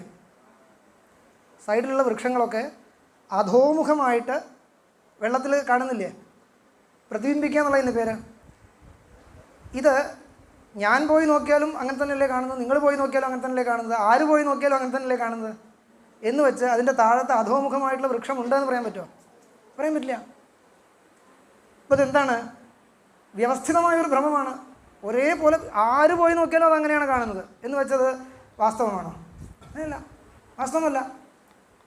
അപ്പോൾ നോക്കൂ, ഒരു വസ്തു മറ്റൊരു തരത്തിൽ കാണുന്നുണ്ടെങ്കിൽ അത് ഭ്രമമാണ്, സംശയമില്ല. അത് ഒരേപോലെ കാണുന്നതുകൊണ്ട് ഭ്രമമല്ല എന്ന് പറയാൻ വയ്യ. മറിച്ച് എന്തേ ഉള്ളൂ, ഒരേപോലെ കാണണമെങ്കിൽ ഭ്രമത്തിൻ്റെ സാമഗ്രി എന്ന് പറയും. ഒരു ഭ്രമം സംഭവിക്കുന്നതിന് കാരണമായിരിക്കുന്ന സാമഗ്രി, ആ സാമഗ്രി ഒരേപോലെയാണെങ്കിൽ ആ ഭ്രമം ഒരേപോലെ എല്ലാവർക്കും കാണും. ആ സാമഗ്രി വ്യത്യസ്തമാണെങ്കിൽ ആ ഭ്രമം വ്യത്യസ്തമായിട്ട് കാണും. ഇത്രയേ അതിൽ കാര്യമുള്ളൂ. അപ്പം നിങ്ങൾ കാണുന്ന സ്വപ്നവും ഞാൻ കാണുന്ന സ്വപ്നവും വ്യത്യസ്തമായിട്ട് കാണുന്നതിന് കാരണം എന്താണെന്ന് വെച്ച് കഴിഞ്ഞാൽ നിങ്ങളുടെ വാസനകൾ വേറെയാണ്, എൻ്റെ വാസനകൾ വേറെയാണ്. എൻ്റെ വാസനയ്ക്കനുസരിച്ച സ്വപ്നങ്ങളാണ് ഞാൻ കാണുക, നിങ്ങളുടെ വാസനകൾക്കനുസരിച്ചുള്ള സ്വപ്നങ്ങളാണ് നിങ്ങൾ കാണുക. അപ്പോൾ എൻ്റെ സ്വപ്നം അതും ഭ്രമമാണ്, നിങ്ങളുടെ സ്വപ്നവും ഭ്രമമാണെങ്കിലും രണ്ട് സ്വപ്നത്തിൻ്റെയും കാരണം വ്യത്യസ്തമാണ്. അതുകൊണ്ട് ആ ഭ്രമം വ്യത്യസ്തമാണ്. ഇവിടെ ഈ പ്രപഞ്ചത്തെ മൊത്തത്തിൽ നമുക്ക് കാണിച്ചു തരുന്ന ഒരു വസ്തുവുണ്ട്, മായ. ഈ മായ നിങ്ങളിൽ പ്രവർത്തിക്കുന്നതും എന്നിൽ പ്രവർത്തിക്കുന്നതും ഒരേപോലെയാണ്. അതുകൊണ്ട് ആ മായ കൊണ്ട് കാണപ്പെടുന്ന വസ്തുക്കൾ നമുക്ക് ഒരേപോലെ കാണാൻ കഴിയുന്നു. ഇത്രേ കേസുള്ളൂ, തീർന്നോ? അപ്പോൾ ഭ്രമത്തിൻ്റെ സാമഗ്രി ഒന്നായി കഴിഞ്ഞാൽ ആ ഭ്രമം ഒരേപോലെ കാണപ്പെടും. ഭ്രമത്തിൻ്റെ സാമഗ്രി വ്യത്യാസമായി കഴിഞ്ഞാൽ ആ ഭ്രമം ഓരോരുത്തർക്കും തോന്നും. സാമഗ്രി എന്ന് പറഞ്ഞാൽ കാരണം എന്നർത്ഥം. കാരണ സമൂഹം, അതിനാണ് സാമഗ്രി എന്ന് പറയാം. കാരണ സമൂഹം. സാമഗ്രി എന്നുള്ള വാക്കില്ലേ സമഗ്രത എന്നർത്ഥമാണ്. സമഗ്രത, കംപ്ലീഷൻ, സമഗ്രത.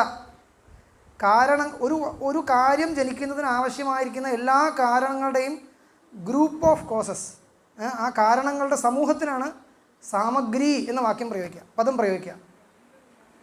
എല്ലാ കാരണസമൂഹ കാര്യോത്പത്യർത്ഥം ആവശ്യകാനാം കാരണാനാം സമൂഹ. ഒരു കാര്യം ഉണ്ടാവാൻ ഒരു കാരണം പോരാ, കുറേ കാരണങ്ങൾ ചേർന്നിട്ടാണ് ഒരു കാര്യം ഉണ്ടാകുന്നത്. ആ കാരണങ്ങളുടെ ഒക്കെ കൂടിച്ചേർന്ന അവസ്ഥയ്ക്കാണ് എന്താ പറയുക, സാമഗ്രി എന്ന് പറയാം. അപ്പോൾ ഓരോ ഭ്രമത്തിൻ്റെയും സാമഗ്രി വ്യത്യസ്തമാണ്.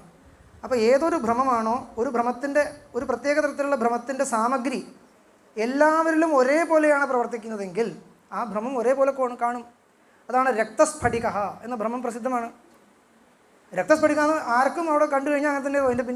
ഇതിൻ്റെ പിന്നൊരു കണ്ണാടി ചില്ല് വെച്ച് കഴിഞ്ഞാൽ ചുവന്ന കളർ കാണും. ആര് നോക്കി കഴിഞ്ഞാലും അങ്ങനെയാണ് കാണുന്നത്. കാരണം എന്താണ്, അതിൻ്റെ പിന്നിലുള്ള ജപാകുസുമം ആ ഭ്രമത്തെ ഒരേപോലെയാണ് എല്ലാവർക്കും വേണ്ടി കാണിച്ചു തരുന്നത്. അതുകൊണ്ടാണ് അങ്ങനെ കാണുന്നത്. മനസ്സിലായോ? ഒരു ഐന്ദ്രജാലികൻ ഒരു മാജിക് കാണിക്കുമ്പോൾ എല്ലാവർക്കും ഒരേപോലെ തോന്നുന്നതിന് കാരണം എന്താണ്, അയാൾ പ്രവർത്തിപ്പിക്കുന്ന മായ നിങ്ങളുടെ ആ മുമ്പിലിരിക്കുന്നവരിൽ എല്ലാവരിലും ഒരേപോലെയാണ് പ്രവർത്തിക്കുന്നത്. അതുകൊണ്ടാണ് നിങ്ങൾക്ക് എല്ലാവർക്കും ഒരേപോലെ ഭ്രമം ഉണ്ടാവുന്നു. അതിൻ്റെ പിന്നിൽ നിൽക്കുന്ന ആൾക്ക് കാര്യം അറിയാം, അയാൾക്ക് ആ ഭ്രമം ഉണ്ടാവുന്നില്ല എന്നതുപോലെ. അപ്പോൾ എന്താ ഞാൻ പറഞ്ഞതിൻ്റെ കൺക്ലൂഷൻ എന്താണ്? പ്രപഞ്ചം മിഥ്യയാണ് എന്ന് പറയുമ്പോഴും ഈ മിഥ്യാത്വം എന്നുള്ളൊരു സിദ്ധാന്തമാണ്, സംശയമില്ല. ഭ്രമമല്ല എന്നും പറയാൻ വയ്യ, മായാമയമാണ്. പക്ഷേ ഈ മായ പ്രപഞ്ചത്തെ സൃഷ്ടിച്ച് കാണിക്കുന്ന, പ്രപഞ്ചാകാരേണ പരിണമിച്ച് നമ്മളുടെ മുമ്പിൽ നിലകൊള്ളുന്നത് ഒരേപോലെയാകുന്നു. ഒരേപോലെ. അങ്ങനെ ഒരേപോലെയുള്ള മായ, ഒരേപോലെ എന്ന് പറഞ്ഞാൽ സാർവജനീനം അർത്ഥത്തിലാണ്. ഒരേപോലെ എന്ന് പറഞ്ഞാൽ എന്താ അർത്ഥം? എല്ലാവർക്കും ഒരേ രീതിയിൽ അറിയപ്പെടാവുന്ന തരത്തിൽ ഉള്ള പരിണാമങ്ങളാണ് ഈ പ്രപഞ്ചം. ഇതിനെയാണ് വ്യാവഹാരിക പ്രപഞ്ചം എന്ന് പറയുന്നത്. ഇനി ഇൻഡിവിജ്വൽ ആയിട്ടുള്ള വൈയക്തിക ഭ്രമങ്ങളുണ്ട്, ഇൻഡിവിജ്വൽ ഇല്യൂഷൻസ്, വൈയക്തിക ഭ്രമങ്ങളുണ്ട്. അവിടെ തൻ്റെ അവിദ്യാതിരിക്ത ദോഷജന്യം ജ്ഞാനം എന്ന് പറയും. അവിദ്യാതിരിക്ത ദോഷജന്യത്വം പ്രാതിഭാസികത്വം ലക്ഷണം പറയും. അവിദ്യ മാത്രം പോരാ, അവിദ്യാതിരിക്തമായിരിക്കുന്ന എക്സ്ട്രാ ഒരു ദോഷം വേണം. അത് ഓരോരുത്തരിലും ഓരോ പോലെയാണ്. അതുകൊണ്ട് പ്രാതിഭാസിക ഭ്രമങ്ങൾ ഓരോരുത്തർക്കും ഓരോ തരത്തിൽ അനുഭവപ്പെടുന്നു. വ്യാവഹാരിക ഭ്രമങ്ങൾ എല്ലാവർക്കും ഒരേപോലെ അനുഭവപ്പെടുന്നു. അതുകൊണ്ട് ഈ വ്യാവഹാരിക പ്രപഞ്ചം എന്ന് പറയുന്നത് എന്താണ്? ഒരു വ്യവസ്ഥിത ഭ്രമമാകുന്നു, വ്യവസ്ഥയോട് കൂടിയ ഒരു ദൃശ്യമാകുന്നു. അതുകൊണ്ട് എന്ത് വേണം? അതിനൊരു വ്യവസ്ഥാപകൻ നിർബന്ധമായിട്ടും വേണം. അതുകൊണ്ട് ഈശ്വരനെ അംഗീകരിക്കാണ്ട് മുന്നോട്ട് പോകുന്ന രീതി അദ്വൈത സമ്പ്രദായത്തിൽ ഇല്ല. തൽക്കാലം അവിടെ നിർത്തുക. ഇനി നിങ്ങൾ ഒന്ന് വിശ്രമിച്ച് 10 മിനിറ്റ് കഴിഞ്ഞ് വരിക.